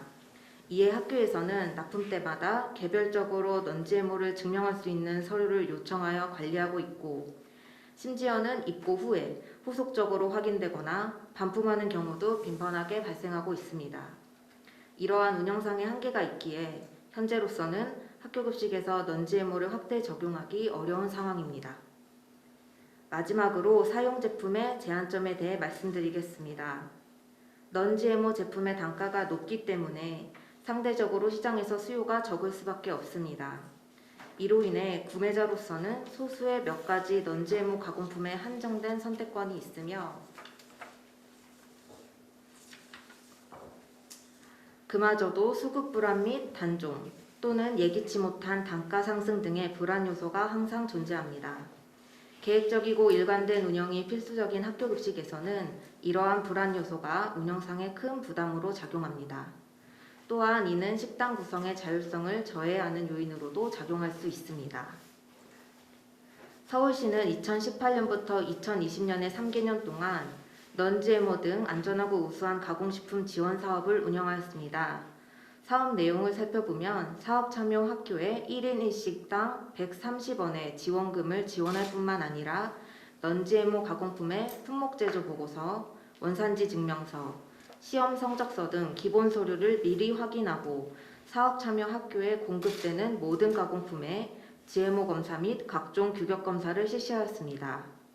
3년에 걸쳐 사업 운영 자치구 및 참여 학교가 아래의 표와 같이 확대되었으며 본 사업의 시행 이전부터 학교 현장에서 넌-GMO 적용 확대를 위해 고민하던 저로서도 사업 참여를 통한 이점을 많이 느꼈기에 2018년부터 2020년까지 지속적으로 해당 사업에 참여해왔습니다. 3년간 사업 참여 학교로서 느낀 이점은 자치구와 계약을 맺은 유통센터에서 학교보다 체계적이고 선제적으로 인증관리를 해주었기에 사업 참여 이전에 개별적으로 non-GMO 가공품을 사용할 때보다 사용 품목을 확대해도 운영에 부담이 없었습니다. 또한 사업 참여 학교는 지원금 130원을 받으면서 공동구매에도 참여하는 형태로 운영됐는데 공동구매를 통해 시가보다 최소 12%에서 최대 35%까지 절감된 금액으로 동일 제품을 사용할 수 있었습니다. 이렇듯 본 사업을 통해 행정상, 예산상의 부담을 줄이면서도 non-GMO 사용 품목을 확대할 수 있었습니다. 그러나 사업 참여 과정 동안 느낀 단점도 있었기에 사업평가회에서 다음과 같은 피드백을 드린 바 있습니다. 130원의 지원금으로 인한 급식비 인상보다는 공동구매를 통한 단가 절감 및 체계적인 공동관리가 학교 현장에 더 적합한 조치라는 것입니다. 학교에서 지원금의 교부 및 정산이라는 행정처리는 줄이면서 가능하다면 그 지원금만큼 non-GMO 가공품의 단가를 더 낮추는 쪽으로 지원하는 것이 non-GMO의 적용 확대를 효과적으로 이끌 수 있다는 제 개인적인 의견입니다. 서울시의 무상급식비 단가는 이미 전국에서 가장 높은 수준입니다. 물론 그에 따라 친환경 농수 축산물 사용이 더욱 적극적으로 이루어지는 부분도 있겠지만 non-GMO 적용 확대로 인해 만일 급식비 단가가 지금보다 더 높아진다면 현장에 부담으로 작용할 수 있습니다. 현재 학교 현장에서는 서울시의 친환경 유턴센터를 이용하거나 자치구의 공동구매 업체를 이용했을 때 품질 좋은 친환경 식재료를 합리적인 가격으로 공급받을 수 있습니다. 더불어 학교의 업무 부담이 가장 적은 방법이기에 non-GMO 가공품의 공급 확대 역시 공동구매, 즉 공동관리 및 단가 절감의 형태로 이루어지는 것이 가장 바람직하다고 생각합니다. 앞서 문재영 위원장님께서 설명해 주신 내용 중에 실제로 먼저 조례 개정을 추진한 충청남도 및 경기도 교육청도 공동구매의 형태로 운영되고 있습니다. 공동구매는 단가 절감을 통해 예산 부족의 한계를 어느 정도 해결할 수 있으며 보다 체계적이고 선제적인 인증관리가 가능할 것입니다. 더불어 계획적이고 집단적인 수요 관리를 통해 수급 불안 및 단종 등의 불안 요소를 해결할 수 있을 것으로 기대합니다. 저 역시 현재 공산품을 제외한 모든 품목에 대해서 서울 친환경 유통센터와 자치구의 공동구매를 이용하고 있습니다. 그렇지만 서울의 친환경 유통센터와 자치구의 공동구매 사업 등에 적극적으로 참여할 때 학교에서는 한 가지 딜레마가 있습니다. 바로 소수 업체들이 서울시 전체 학교의 납품을 독과점할 수 있다는 공정성 결여의 우려입니다. 실제로 지금도 공동구매의 투명한 업체 선정 및 공공성과 관련된 문제가 계속해서 제기되고 있습니다. 이러한 딜레마를 해소하기 위해서는 업체 선정 과정의 공정성을 충분히 확보하고 참여 업체 및 품목을 지속적으로 확대하여 가능한 한 넓은 선택의 폭을 부여하는 것이 필요하다고 생각합니다. 마지막으로 말씀드리고 싶은 것은 학교급식에서의 non-GMO 실현이라 하여 GMO에만 초점을 맞추기보다는 non-GMO 그 이상의 가치로서 국내산 원재료 사용의 확대라는 측면을 함께 생각해 주실 것을 제안합니다. 김은진 교수님의 결론과 일치하는 부분인데요.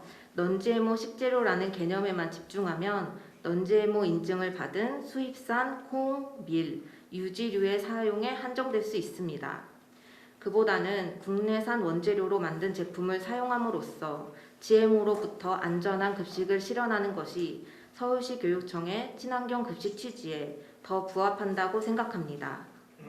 현재 우리나라에서는 GMO의 재배가 금지되어 있기 때문에 국내산 원재료 가공품을 사용하는 것만으로도 non-GMO를 실현할 수 있습니다. 실제로 현재 학교에서 non-GMO 가공품을 사용하는 가장 효율적인 방법이 국내산 콩으로 만든 장류, 국내산 현미유, 물엿이나 올리고당 대신 국내산 쌀조청을 사용하는 것입니다. 최근 서울시 교육청은 지속가능한 먹거리, 생태환경 기반 구축을 위해 그린급식 활성화 계획을 수립하는 등 학교급식에 더 많은 교육적 가치를 담기 위해 준비하고 있습니다. 이를 위해서 학교급식에 담긴 다양한 사회적 가치들에 대한 학생 및 학부모님의 공감대가 반드시 동반되어야 합니다. 넌지에모 급식 역시 이와 맥락을 같이 한다고 생각합니다. 학교급식에서 GMO 완전 퇴출을 실현하기에는 아직 많은 제한점이 존재합니다. 그러나 이러한 제한점들을 더 많은 학생과 학부모님, 국민의 관심과 넌지에모 가공품의 수요 증가를 통해 해결할 수 있을 것입니다. 지금껏 그래왔듯이 서울시 교육청의 학교급식이 앞장서서 더 건강한 식문화를 이끌고 우리나라의 식량 안보를 위해 한 걸음 더 나아갈 수 있길 바랍니다. 감사합니다. 이제 국내산 원재료를 사용하는 것이 이제 가장 좋은 답이다라고 말씀해 주셨고, 또 현장에서 느끼는 애로사항 말씀해 주셔서 서울시 친환경 유통센터를 통하든 자치구 공동구매 사업을 통하든 어떤 공동구매, 공동관리를 통해서 급식 단가가 너무 많이 상승되지 않도록 하면서 GMO가 배제된 그런 급식을 먹을 수 있도록 하자라는 말씀 감사하게 잘 들었습니다. 다음은 김현동 대표님께서 토론해 주시겠는데요. 김현동 대표님은 사회적 기업인 바리의 꿈 대표이시고 연해주에서 고려인과 함께 논지에모 콩을 재배해서 가공하시는 그런 일을 하고 계십니다. 토론해 주시겠습니다. 오늘 소비자들이 이제 중심이 되는 토론회에서 저는 어떻게 보면 이제 생산자의 입장에서 이 주제를 다루어야 되는 문제인 것 같은데요. 생산자의 입장에서 보면 뭐 그런 관점이 있습니다. GMO를 볼 때, 한국의 GMO를 볼 때 가령 콩에 대해서 이제 한정해서 좀 말씀드려보겠습니다. 아까 원료에 대한 문제를 하셨는데 대한민국이 1년에 쓰는 콩이 총 한 140만 톤에서 좌우 정도 되는 것 같거든요. 수입하는 콩이 약 한 25만 톤에서 30만 톤의 넌GMO 콩이 있는 걸로 지금 되어 있습니다. 그 다음에 100만 톤에서 110만 톤의 콩이 쿼터로 보장되어 있어요. 어떻게 보장되어 있냐면 GMO 콩으로 수입할 수 있도록. 그래서 매년 100만 톤의 GMO 콩이 지금 수입되고 있는 게 현실입니다. 이게 이제 법과 제대로 보장되고 있는 현실이거든요. 그러면 그 100만 톤의 콩은 어디로 가느냐 하면은 지금은 그 100만 톤이 딱 어디로 가게 돼 있냐면 콩기름 공장으로 가게 돼 있습니다. 콩기름 공장 이외에는 못 빠져나가게 돼 있는 콩 100만 톤이 있는 거예요. 그러면 콩기름 공장에서는 그거를 어쨌든 유경매 방식으로 분해를 해서 콩기름을 추출을 해서 그걸 우리나라 시장 전체에 내놓습니다. 대부분의 우리나라에 있는 콩기름이 그 콩기름이라고 보시면 됩니다. 그 다음에 콩기름은 그 콩에서 나오는 콩이 가지고 있는 그 지방 함량이 20%쯤 되거든요. 그러면 20%의 콩기름을 추출을 하면 약 한 80%의 소위 이제 탈지대두라는 게 남습니다. 그 탈지대두가 어디로 가느냐 하면은 지금은 그게 다 대한민국이 이제 사료의 원료로 쓰이게 되어 있습니다. 근데 이전에는 그게 장미의 원료이기도 하고 뭐 여러 가지 가공식품의 원료로도 사용되었던 적이 있었던 것 같습니다. 근데 여기에 대해서는 논란이 분분한데, 그러니까 지금은 하여간 사료로만 사용되고 있는 게 이게 대한민국의 현실입니다. 그러면 생산자의 입장에서는 이 100만 ton의 GMO 콩을 어떻게 대처할 거냐라고 하는 문제의 인식에서부터 출발합니다. 우리가 이해하기에 GMO 완전 표시제와 같은 방식의 소비자 측의 입장도 있지만 우리가 보기에는 왜 완전 표시제를 안 하느냐 하면 100만 톤을 대체할 방법이 있느냐라는 거거든요. 그 방법이 실제로 없기 때문에 GMO 표시제, 완전 표시제를 했을 경우에 그 문제에 대한 국민적, 국가적 위화감을 어떻게 해결할 것이냐라고 하는 게 사실은 정부 측에 있어서의 가장 중요한 논지였었던 걸로 제가 기억합니다. 이제 이 대목에 관련한 주제에서 저희가 학교 급식이 넌GMO 학교 급식으로 가능한가에 대한 문제는 다시 학교 급식에서 GM으로 쓰여질 수 있는 최대양은 급식으로 쓰여질 수 있는 최대양은 약 한 100만 톤에서 16만 톤 정도 학교 급식으로 쓰여질 수 있는 대상이라고 생각합니다. 그게 주로 식용유죠. 식용유가 그렇게 쓰여질 수 있는데 그러면 16만 톤의 콩을 난GMO 콩으로 대체할 수 있느냐, 그 방법이 있느냐에 대한 문제가 핵심 문제가 된다고 생각합니다.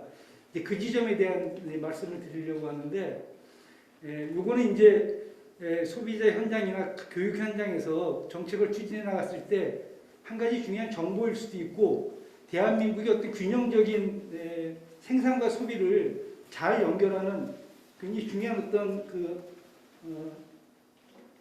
이 정책을 잘 조율하는 문제일 수도 있다고 생각합니다. 왜 그러냐면 실제로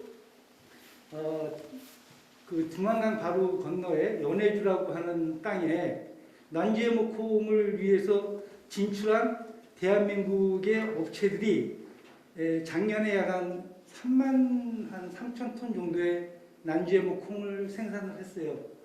그리고 거기서 확보하고 있는 땅이 약 한 5만 헥타르에서 한 10만 헥타르까지 됩니다.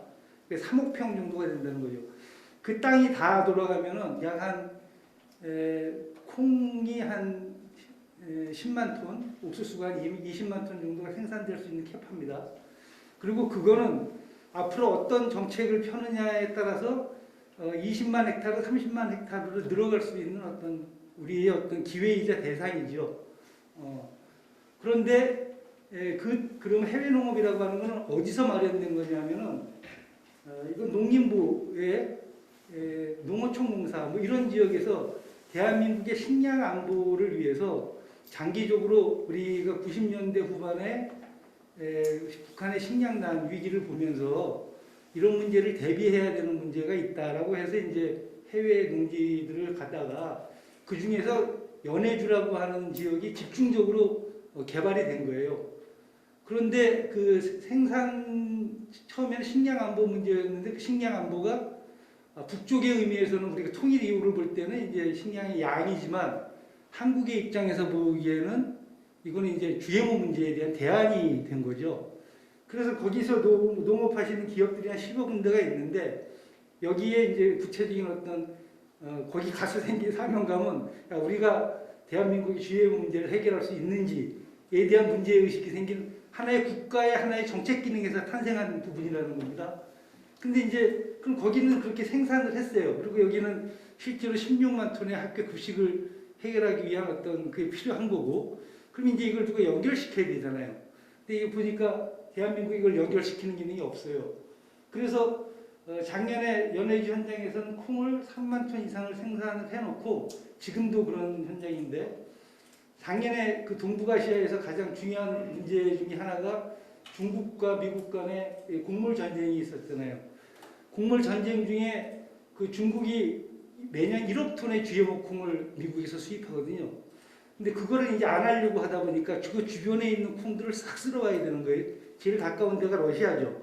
러시아에 있는 non-GMO 콩들을 특히 대상으로 해서 각 농장에서 현금 놓고 다 이제 콩들을 수매해 가는 일들이 벌어진 겁니다.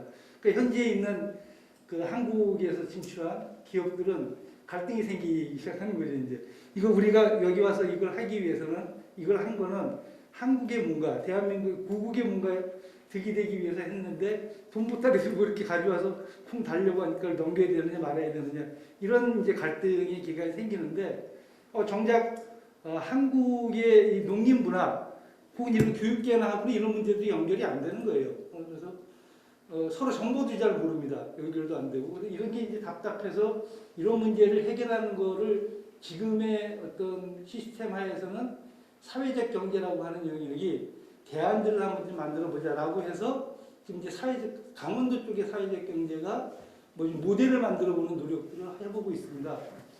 그래서 이제 강원도 교육청에 몇 개 시에 이거를 이제 순환하는 생산과 소비의 논리를 순환하는 뭐 이런 그 일들을 좀 해보고 있다 이렇게 하는 게 이제 지금까지 어떤 북방에서의 난GMO 콩 이런 노력들이 진행되고 있다는 걸 좀 말씀드릴 수 있을 것 같고요. 좀 중요한 팁 중에 하나가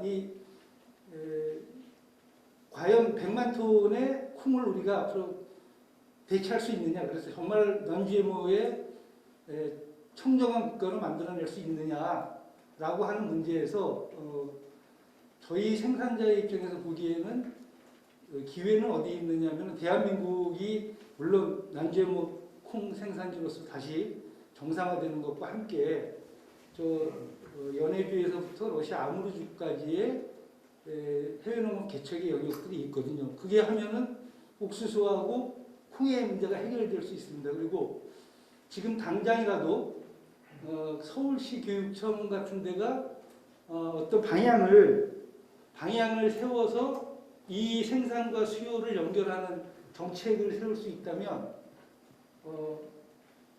서울시 정도의 non-GMO 급식은 정책적으로 충분히 가능하다 이런 거라는 거죠. 그 이제 강원도의 그 작은 몇 개 시 사례를 보고 이제 그런 거에 대한 결론들을 좀 얻어낼 수 있었고요.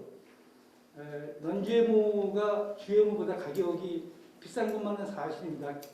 단기적으로는 비싸고 장기적으로는 결국 땅을 보호하기 때문에 지구 위기로 봐서는 그 문제가 해결될 수 있는 문제일 것이라고 저희는 생각을 하는데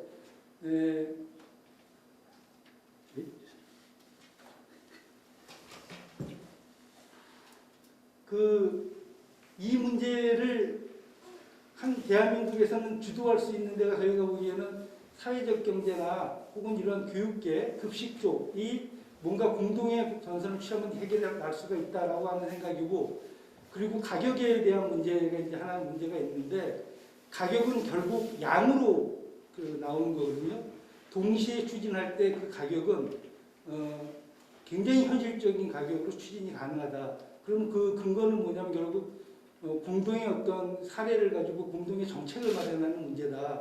이거는 소비자의 주권이고 소비자가 거기까지 가야 해결하는 문제고, 여기서의 소비자는 각 그 지방 교육청들의 몫이라고 생각을 합니다. 오늘은 여기 이상 진도가 나가면 좀 그런 것 같은데, 저희가 이 문제를 좀 천착하다 보니까 이 GMO에 대한 문제는 어떤 문제냐면 가공의 문제하고 연결되어 있고, 과연 지금 현재 콩기름 문화를 하고 있는 유기용매 가공, 이걸 어떻게 생각할 거냐에 대한 문제로 연결되어 있고, 조금만 더 가면 그 문제가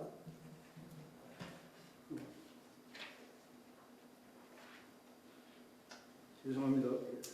조금 더 가면 그 문제가 지금 기후 위기의 문제인 축산의 문제와 연결되어 있습니다.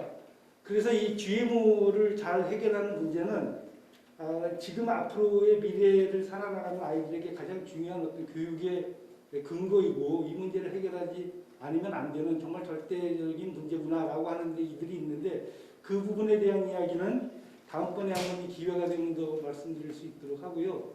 지금 이번에는 한마디로 요약을 하면 약간 지금의 구조가 아니라 약간 더 좀 더 탄력적으로 그 지방 정부나 교육계가 노력을 하면 이 문제를 해결해 나갈 수 있다. 그리고 그런 조건들이 많이 구비가 돼 있다. 그런 얘기들을 좀 조직하고 하는 문제들을 했으면 좋겠다라고 생각을 합니다. 그리고 의회 같은 데가 이런 문제들을 좀 먼저 추진하고 나선 것은 굉장히 좀 바람직하지 않은가 이런 생각들을 하고 있습니다. 예, 이상입니다. 감사합니다. 사회적 기업도 기업이기 때문에 굉장히 또 설득력 있게 말씀을 잘 해주셨습니다. 그래서 이제 기후 환경까지 해결할 수 있는 뭔가 좋은 이제 해외 농업을 활용하는 그런 방법을 제안해 주셨습니다. 다음은 우리 이제 그 방어를 하기 위해서 나와주신 우리 박상근 서울시 교육청 학교보건진흥원장님 나오셨습니다. 토론해 주십시오. 먼저 안전한 학교 급식을 위해서 이렇게 토론회 장을 마련해 주신 권영희 의원님께 감사드리고요. 또한 우리 그 서울시 교육청 집행 업무는 서울시 의회에 소관 상임위가 여러 가지 있지만 또 교육위원회 또 소관입니다. 그래서 교육위원회 오늘 사회를 봐주신 전병주 부위원장님이 고생 또 많이 해주시고요.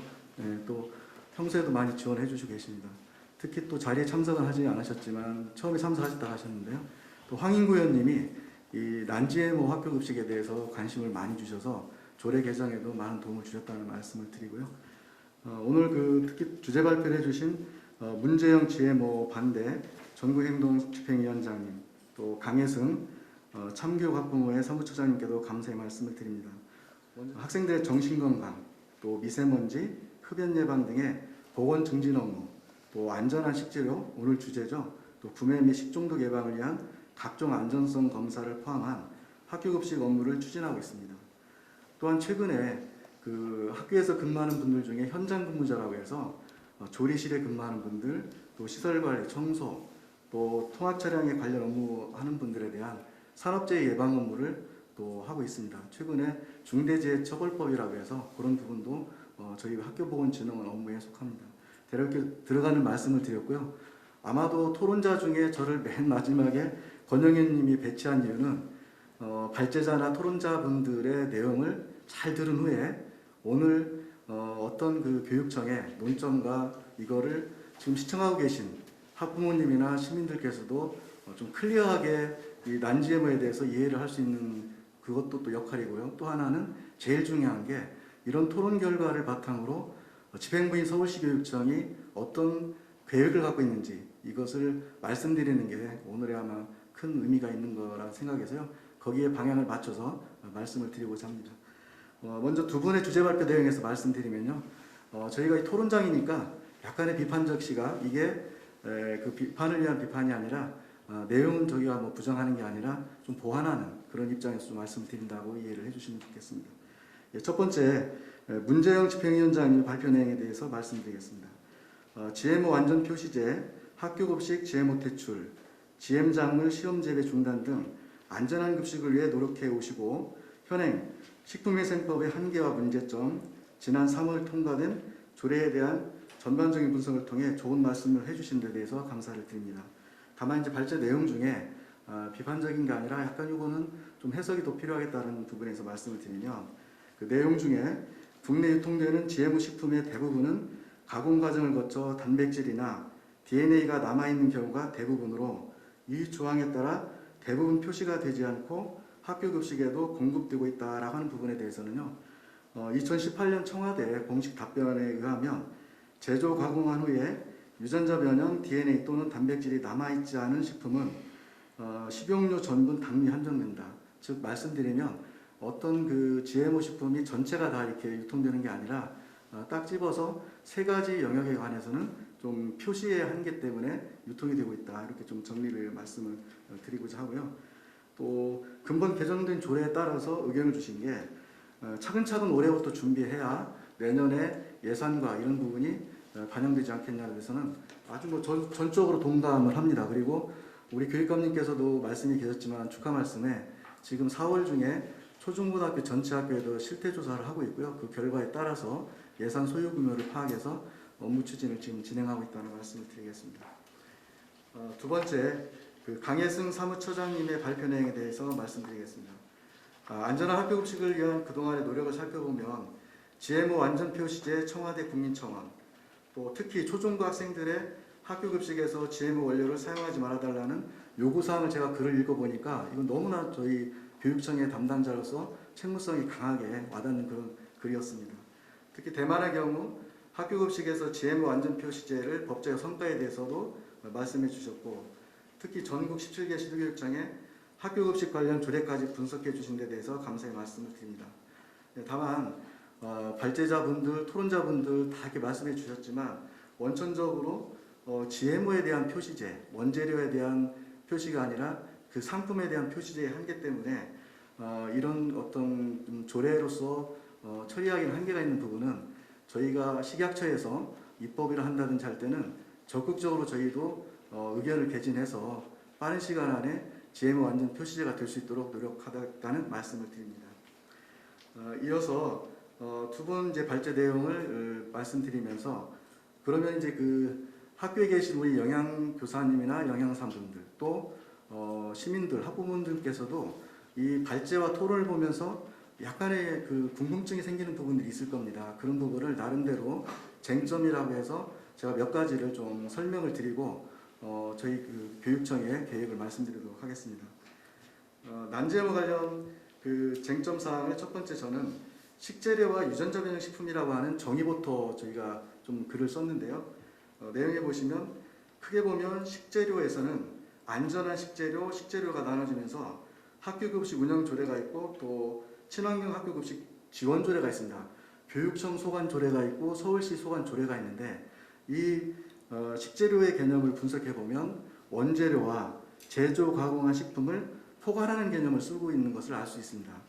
다만 이제 저희가 오늘 논란이 되고 있는 유전자 변형 식품에 대한 정의는 식품의약품안전처에서 정의한 것을 거의 모든 시도의 조례에 아마 준용하는 의제에서 쓰고 있기 때문에 그 원재료 개념을 김은진 우리 교수님이 말씀하셨지만 저도 개인적으로 그렇게 가야 된다고 하는 건 동의가 되지만 현재 법 체계에서는 원재료가 아니라 그 제조 가공한 식품을 또 그것도 최종 상품에 대한 표기 때문에 이런 어려움이 있다 이런 말씀을 좀 드리도록 하겠습니다.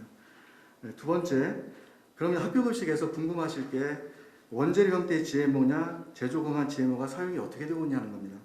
정리해서 말씀드리면 뭐 청와대 답변이라든지 식약처의 공식 입장 또 발표한 분들 또 토론한 분들의 의견이 통일된 게 현재 우리나라에서는 GMO 원재료의 형태로 학교급식에는 학생들이 급식하고 있지 않다. 이 부분은 좀 이해를 해줬으면 되겠고요. 그럼 두 번째, GMO를 원재료로 해서 제조 가공한 식품이 학교급식에 사용되고 있느냐? 저희들이 작년에 이제 일부 실태 조사를 해보니까 발제할 때도 그렇고 뭐 이런 내용이 나왔지만요. 현실적으로 일부 학교에서 약간의 그 원재료가 GMO인데 현행 식약처 표시 기준에 의해서 최종 상품으로서 식용유, 전분, 당류 세 가지가 DNA라든지 단백질이 검출되지 않는다.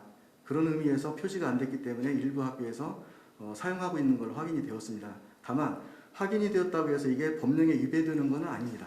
다만 선제적인 안전 조치를 위해서 이 부분에 대해서는 해결할 그런 계획을 갖고 있습니다.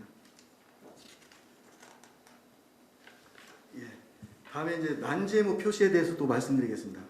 여기까지는 일반 이제 지켜보시는 분들도 이해가 조금 되시는데요.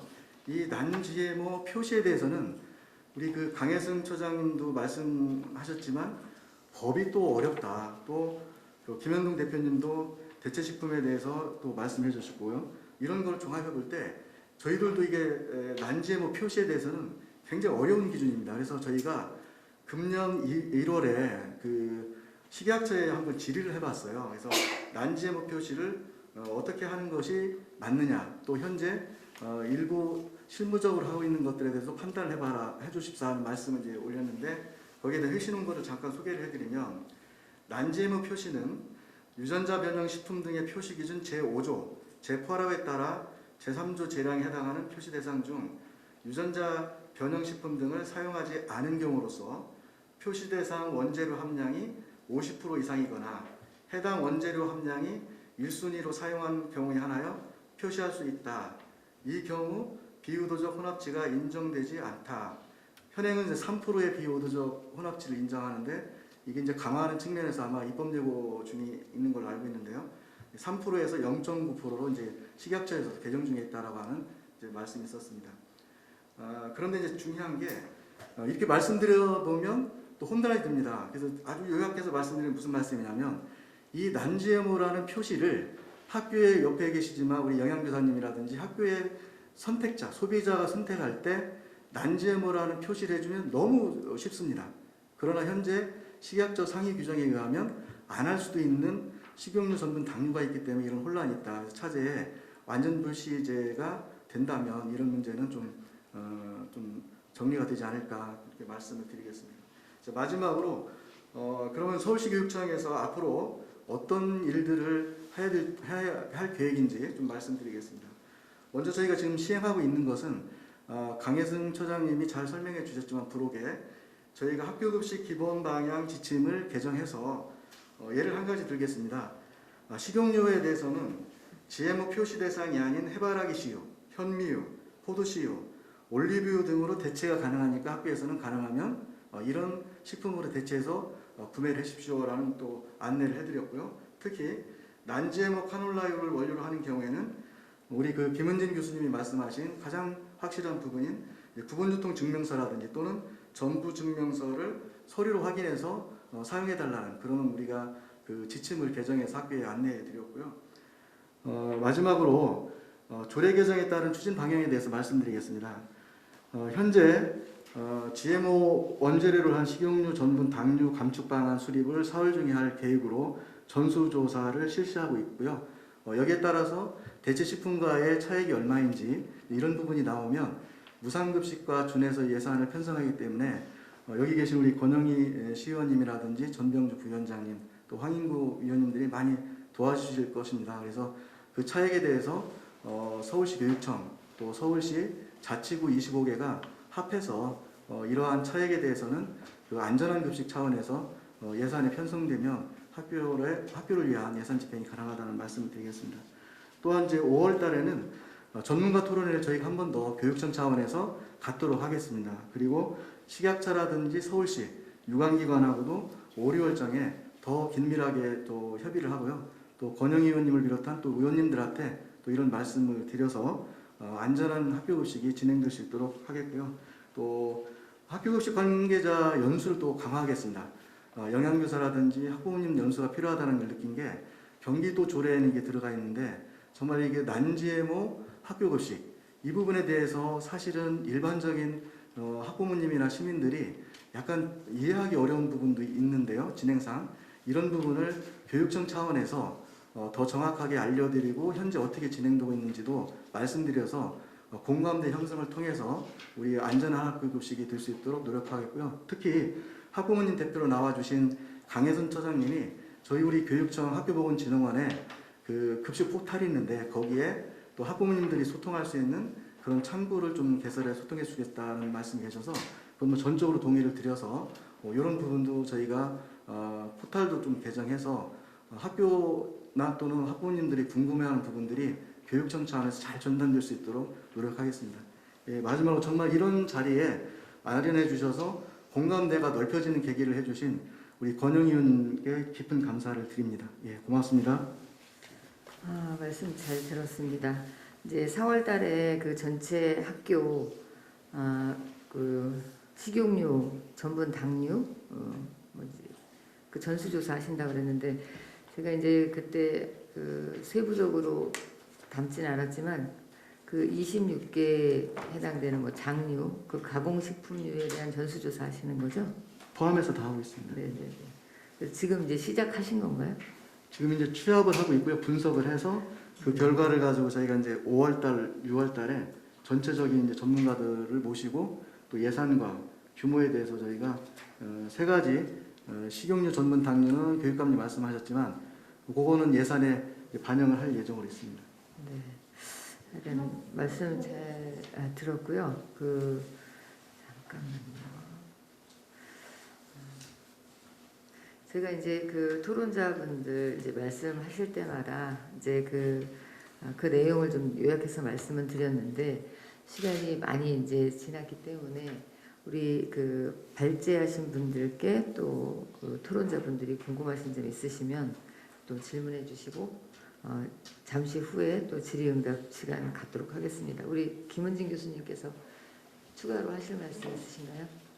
강혜순 처장님께서 하신 게 아니라 강혜순 처장님이 교육청의 자료 학교급식 품질 학교급식품 품질 관리를 지금 따라 붙이신 거잖아요. 근데 지금 그래서 급식이라서 그런가 보다라고 넘어가려고 했습니다. 근데 지금 방금 원장님께서 굳이 말씀을 하셨고 아까 조희연 교육감님께서도 몇 번에 걸쳐서 말씀을 하셔서 정말로 교육청이 난GMO 급식에 대해서 의지가 있나 의심스러운 부분에 대해서 딱 한 가지만 지적을 하겠습니다. 일단 식약처에 전화를 한 통만 해보셨으면 전분류는 표시 대상입니다. 그래서 표시 대상이 아닌 것은 정확하게 식용유와 올리고당 물엿을 비롯한 당류와 간장입니다. 근데 왜 이 전분류가 들어갔냐면 2007년도 8년도에 옥수수 전분 당협회에서 더 이상 못하겠다, 우리가 옥수수 전분을 수입해서 당을 만들겠다라고 발표를 하면서 시민사회단체에서 엄청나게 반대 운동을 했기 때문에 사람들이 전분도 표시 대상이 아닌가 보다 이렇게 생각하시는데 전부는 표시 대상입니다. 전화 한 통을 해보시는 성의를 가지셨으면 좋겠습니다. 첫 번째로요. 두 번째로요. GMO 표시 대상이 아닌 감자, 이거 틀렸습니다. 지금 현재 우리나라에서 GMO 표시 대상은 그 유전자 변형 생물체 국가 간 이동 등에 관한 법률에 따라서, 그리고 농산물 품질 관리법에 따라서 GMO 수입 승인에 대한 심사를 받는 모든 작물은 표시 대상입니다. 그리고 거기에 이미 감자가 들어가 있습니다.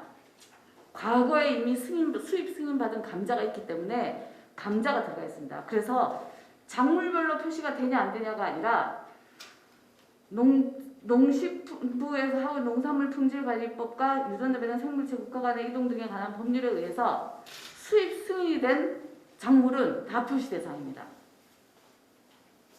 그것도 법조문 한 번만 확인해 보셨으면, 아니면 농식품부나 식약처에 전화 한 통만 해보셨으면 확인하실 수 있는 겁니다. 정말로 우리가 난GMO 학교급식에 대해서 애정을 가지고 있는지, 관심을 가지고 있는지, 정말로 하려고 하는 의지가 있는지 한번 되돌아보셨으면 좋겠습니다. 전화가 아니라요. 저희가 수시로 뭐 전화는 몇 번 했었고요. 56페이지 보면 식약처에 질의도 했고, 또 그런 이제 전분에 대해서도 2018년 청와대 공식 답변에 보면 세 가지를 언급을 하고 있습니다. 그래서 그런 부분은 저희가 의지도 확실하고요. 요 세 가지는 분명하게 저희가 좀 실태 조사를 해서 노력하겠다는 말씀을 드리고, 관련해서 또 김은진 교수님이 제가 오늘 와서 느낀 게 정말 이 전문 지식이 높다, 많이 계시다 그래서 저희가 5월에 예정인 전문가 토론에 초청을 좀 드려서 저희도 좀 많이 배우겠습니다. 왜냐하면 솔직히 말씀드리면 이 분야가 너무 이게 복잡하고 어떤 면은 있는데, 오늘 여러 가지로 아마 정리되는 부분이 있어서 저희들이 교육청에서 이런 어떤 전문가 토론을 할 때 한번 저희가 모셔도록 하겠습니다. 예. 하여간 많은 활동 기대하겠습니다. 되게 어려워요. 들으면 들을수록 어려운데, 아까 김은진 교수님께서 말씀하신 것처럼 이렇게 어려우니까 쉽게 국내산을 사용하면 되는 거예요. 그래서 좀 쉽게 갔으면 좋겠습니다. 그래서 뭔가 앞으로의 토론에서도 좋은 내용들이 토론되기를 바라고요. 또 더 추가로 하실 말씀 있으신가요? 네, 짧게. 예, 박상근 원장님께서 또 토론 내용에도 제 발제에 대한 내용을 넣어주셔가지고 좀 질문 하나 좀 드리려고 하고요. 일단은 교육청에서 구체적인 계획을 세우고 계셔서 참 다행이다. 많이 노력하신 부분들에서 감사하다는 말씀드리는데, 일단 논제문 표시 부분에 있는데 이 식약처 질의 내용에 이게 약간 오류가 있는 것 같습니다. 비의도적 혼입치가 지금 현재 현행 0%고요. 식약처가 이제 0.9%로 완화하는 내용을 지금 고시를 공고를 했어요. 그래서 이 부분에 대해서는 아마 좀 약간 이제 전달 과정에 오류가 있었던 것 같습니다. 그래서 이 부분을 좀 말씀을 좀 드리고, 근데 논제문 표시가 있으면 좋긴 한데 논제문 표시 가진 한계가 또 있어요. 그래서 좀 그런 부분들에 대해서도 향후 좀 같이 좀 논의를 하면 좋을 것 같습니다. 이 부분이 뭐냐면은 논제문 표시가 돼가지고 GMO 없는 거를 표시하면 참 좋잖아요, 그렇죠? 근데 GMO 있는 건 그대로 표시가 없이 들어오는 거예요. 논제문 표시가 된다고 해서 GMO가 없는 게 표시가 되는 게 아니에요. 지금 우리나라의 문제는 GMO를 사용했는데 GMO 표시가 안 되는 거예요. 그래서 그 표시를 해야 되는 건데 그거는 그대로 두고 GMO를 사용하지 않은 거에 GMO가 없다라는 표기를 하겠다는 제도거든요. 그래서 이 부분은 우리가 한번 좀 더 꼼꼼하게 좀 봐야 하지 않을까 싶어서 앞으로 원장님께서 좀 부탁 좀 드리겠습니다. 저희도 그런 오류를 방지하기 위해서 식약처에 질의도 했던 내용을 또 이렇게 표기를 한 거고요. 이 부분에 좀 의문이 있으시면 저희도 한 번 더 확인하는 계기를 갖고 더 나아가서 그래서 저희들이 이제 이런 시행하기 전에 말씀드리지만 5월달, 6월달에 집중적으로 전문가 토론도 갖고 유관기관도 협의를 해서 이런 에러가 없도록 실수가 어떻게 보면 모든 사람이 다 이걸 인정할 수 있는 그런 시스템을 만들어 가려고 하고 있습니다. 그렇게 해주시면 고맙겠습니다. 그게 잘못 오기됐다는 말씀이신가요? 아니 그렇지는 않습니다. 이게 설명하면 논쟁으로 가서 그런데 현재 이제 비의도적 혼합치가 예를 들어서 현재 3%입니다. 근데 이제 유럽이라든지 이렇게 일부 선진 국가에서는 0.9%까지 내리고 있기 때문에 그 부분을 좀 내리려고 하는 거고, 지금 그 문 대표 집행위원장께서 말씀하신 거는 약간 좀 이거는 제가 설명드릴게요. 이게 비유도적 홈리치가 종류가 두 개가 있어요.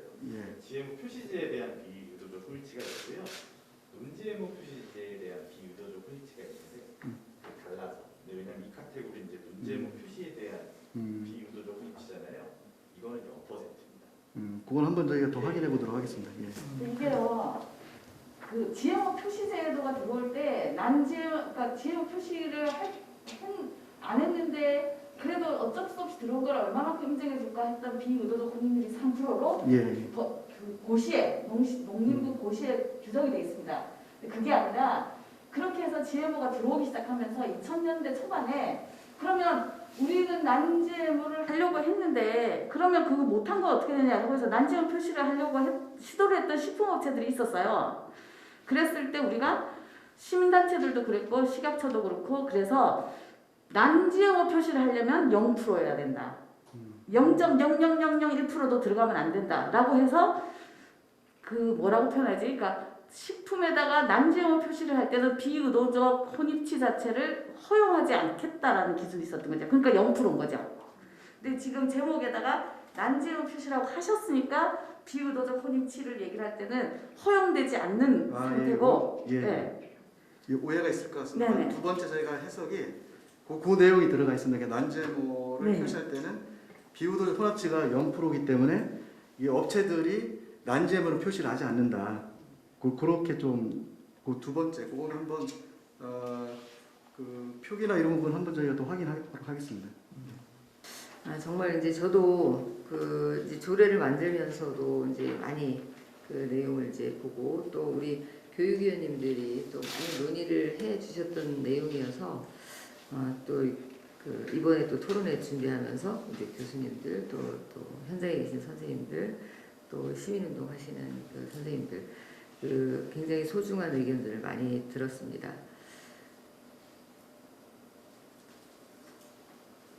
이제 조례를 이제 개정은 했는데 아까 우리 교수님도 이제 말씀하셨는데 저도 이제 이 조례에 작년에 서울시 그 친환경 급식 지원 조례를 개정을 하고 그리고 이제 올해는 이제 교육청 조례를 이제 개정하면서 제가 이제 기획경제위원회라서 교육위원회는 아니거든요. 그랬던 이유가 그 요즘 그 학생들이 정말 그 아침 식사는 거의 그 제대로 하지 못하고 정말 그 앉아서 제대로 그 완전하게 갖추어진 그 식사를 하는 게 아마 유일하게 급식일 거다. 저녁에는 뭐 간단하게 먹기도 하고 뭐 여러 가지 그 변화가 많기 때문에 그리고 이제 성장기에 아주 정말 그 학습을 하듯이 그 먹는 그런 급식이기 때문에 뭐 그 논GMO를 뭐 완전 표시제를 하고 안 하고 뭐 이런 것들이 이제 국민 건강에 관련되긴 하지만 학생들한테는 굉장히 중요한 일이다. 그래서 다른 건 몰라도 전 국민에 대한 그 논GMO를 실시하지 못하더라도 급식에서만큼은 해달라. 그래서 뭐 급식에 해당되는 부분을 국내산으로 하는 게 뭐가 그렇게 그 비용이 많이 들겠냐. 그래서 뭐 복잡하게 GMO다 논GMO다 그렇게 논할 게 아니라 학교 급식만큼은 국내산으로 하면 그러면 여러 가지 이런 그 법적 어떤 그 해석이 뭐 달라서 논쟁할 필요도 없는 거거든요. 그래서 그런 것 때문에 제가 이제 그 조례 개정에 좀 이렇게 많이 그 집착했던 것 같습니다. 그래서 오늘 이렇게 좋은 말씀 해주신 그 여러분들하고 좋은 의논했고요. 또 이것이 이제 기본이 되어서 또 이제 조례에서 해야만 한다. 그러니까 완전히 의무 조항으로 넣고 싶었는데 또 이제 교육청의 예산이나 뭐 이제 이런 것들이 있어서 뭐 점차적으로 또 집행부에서 또 하고자 하는 의지도 있었고 그래서 그런 부분이 있습니다. 그래서 법률에 대한 어떤 개정안이나 이런 것에 대해서는 뭐 교육청에서도 계속 건의하고 노력해 주시고 또 조례도 좀 더 단단하게 뭔가 좀 개정하고 마무리하는 그런 것이 되었으면 좋겠습니다. 그래서 우리 학생들이 정말 건강하게 잘 자라서 우리 이 나라의 희망이 되기를 바라는 그런 의미에서 토론회를 잘 마치겠습니다. 고생 많이 하셨습니다. 네, 고맙습니다.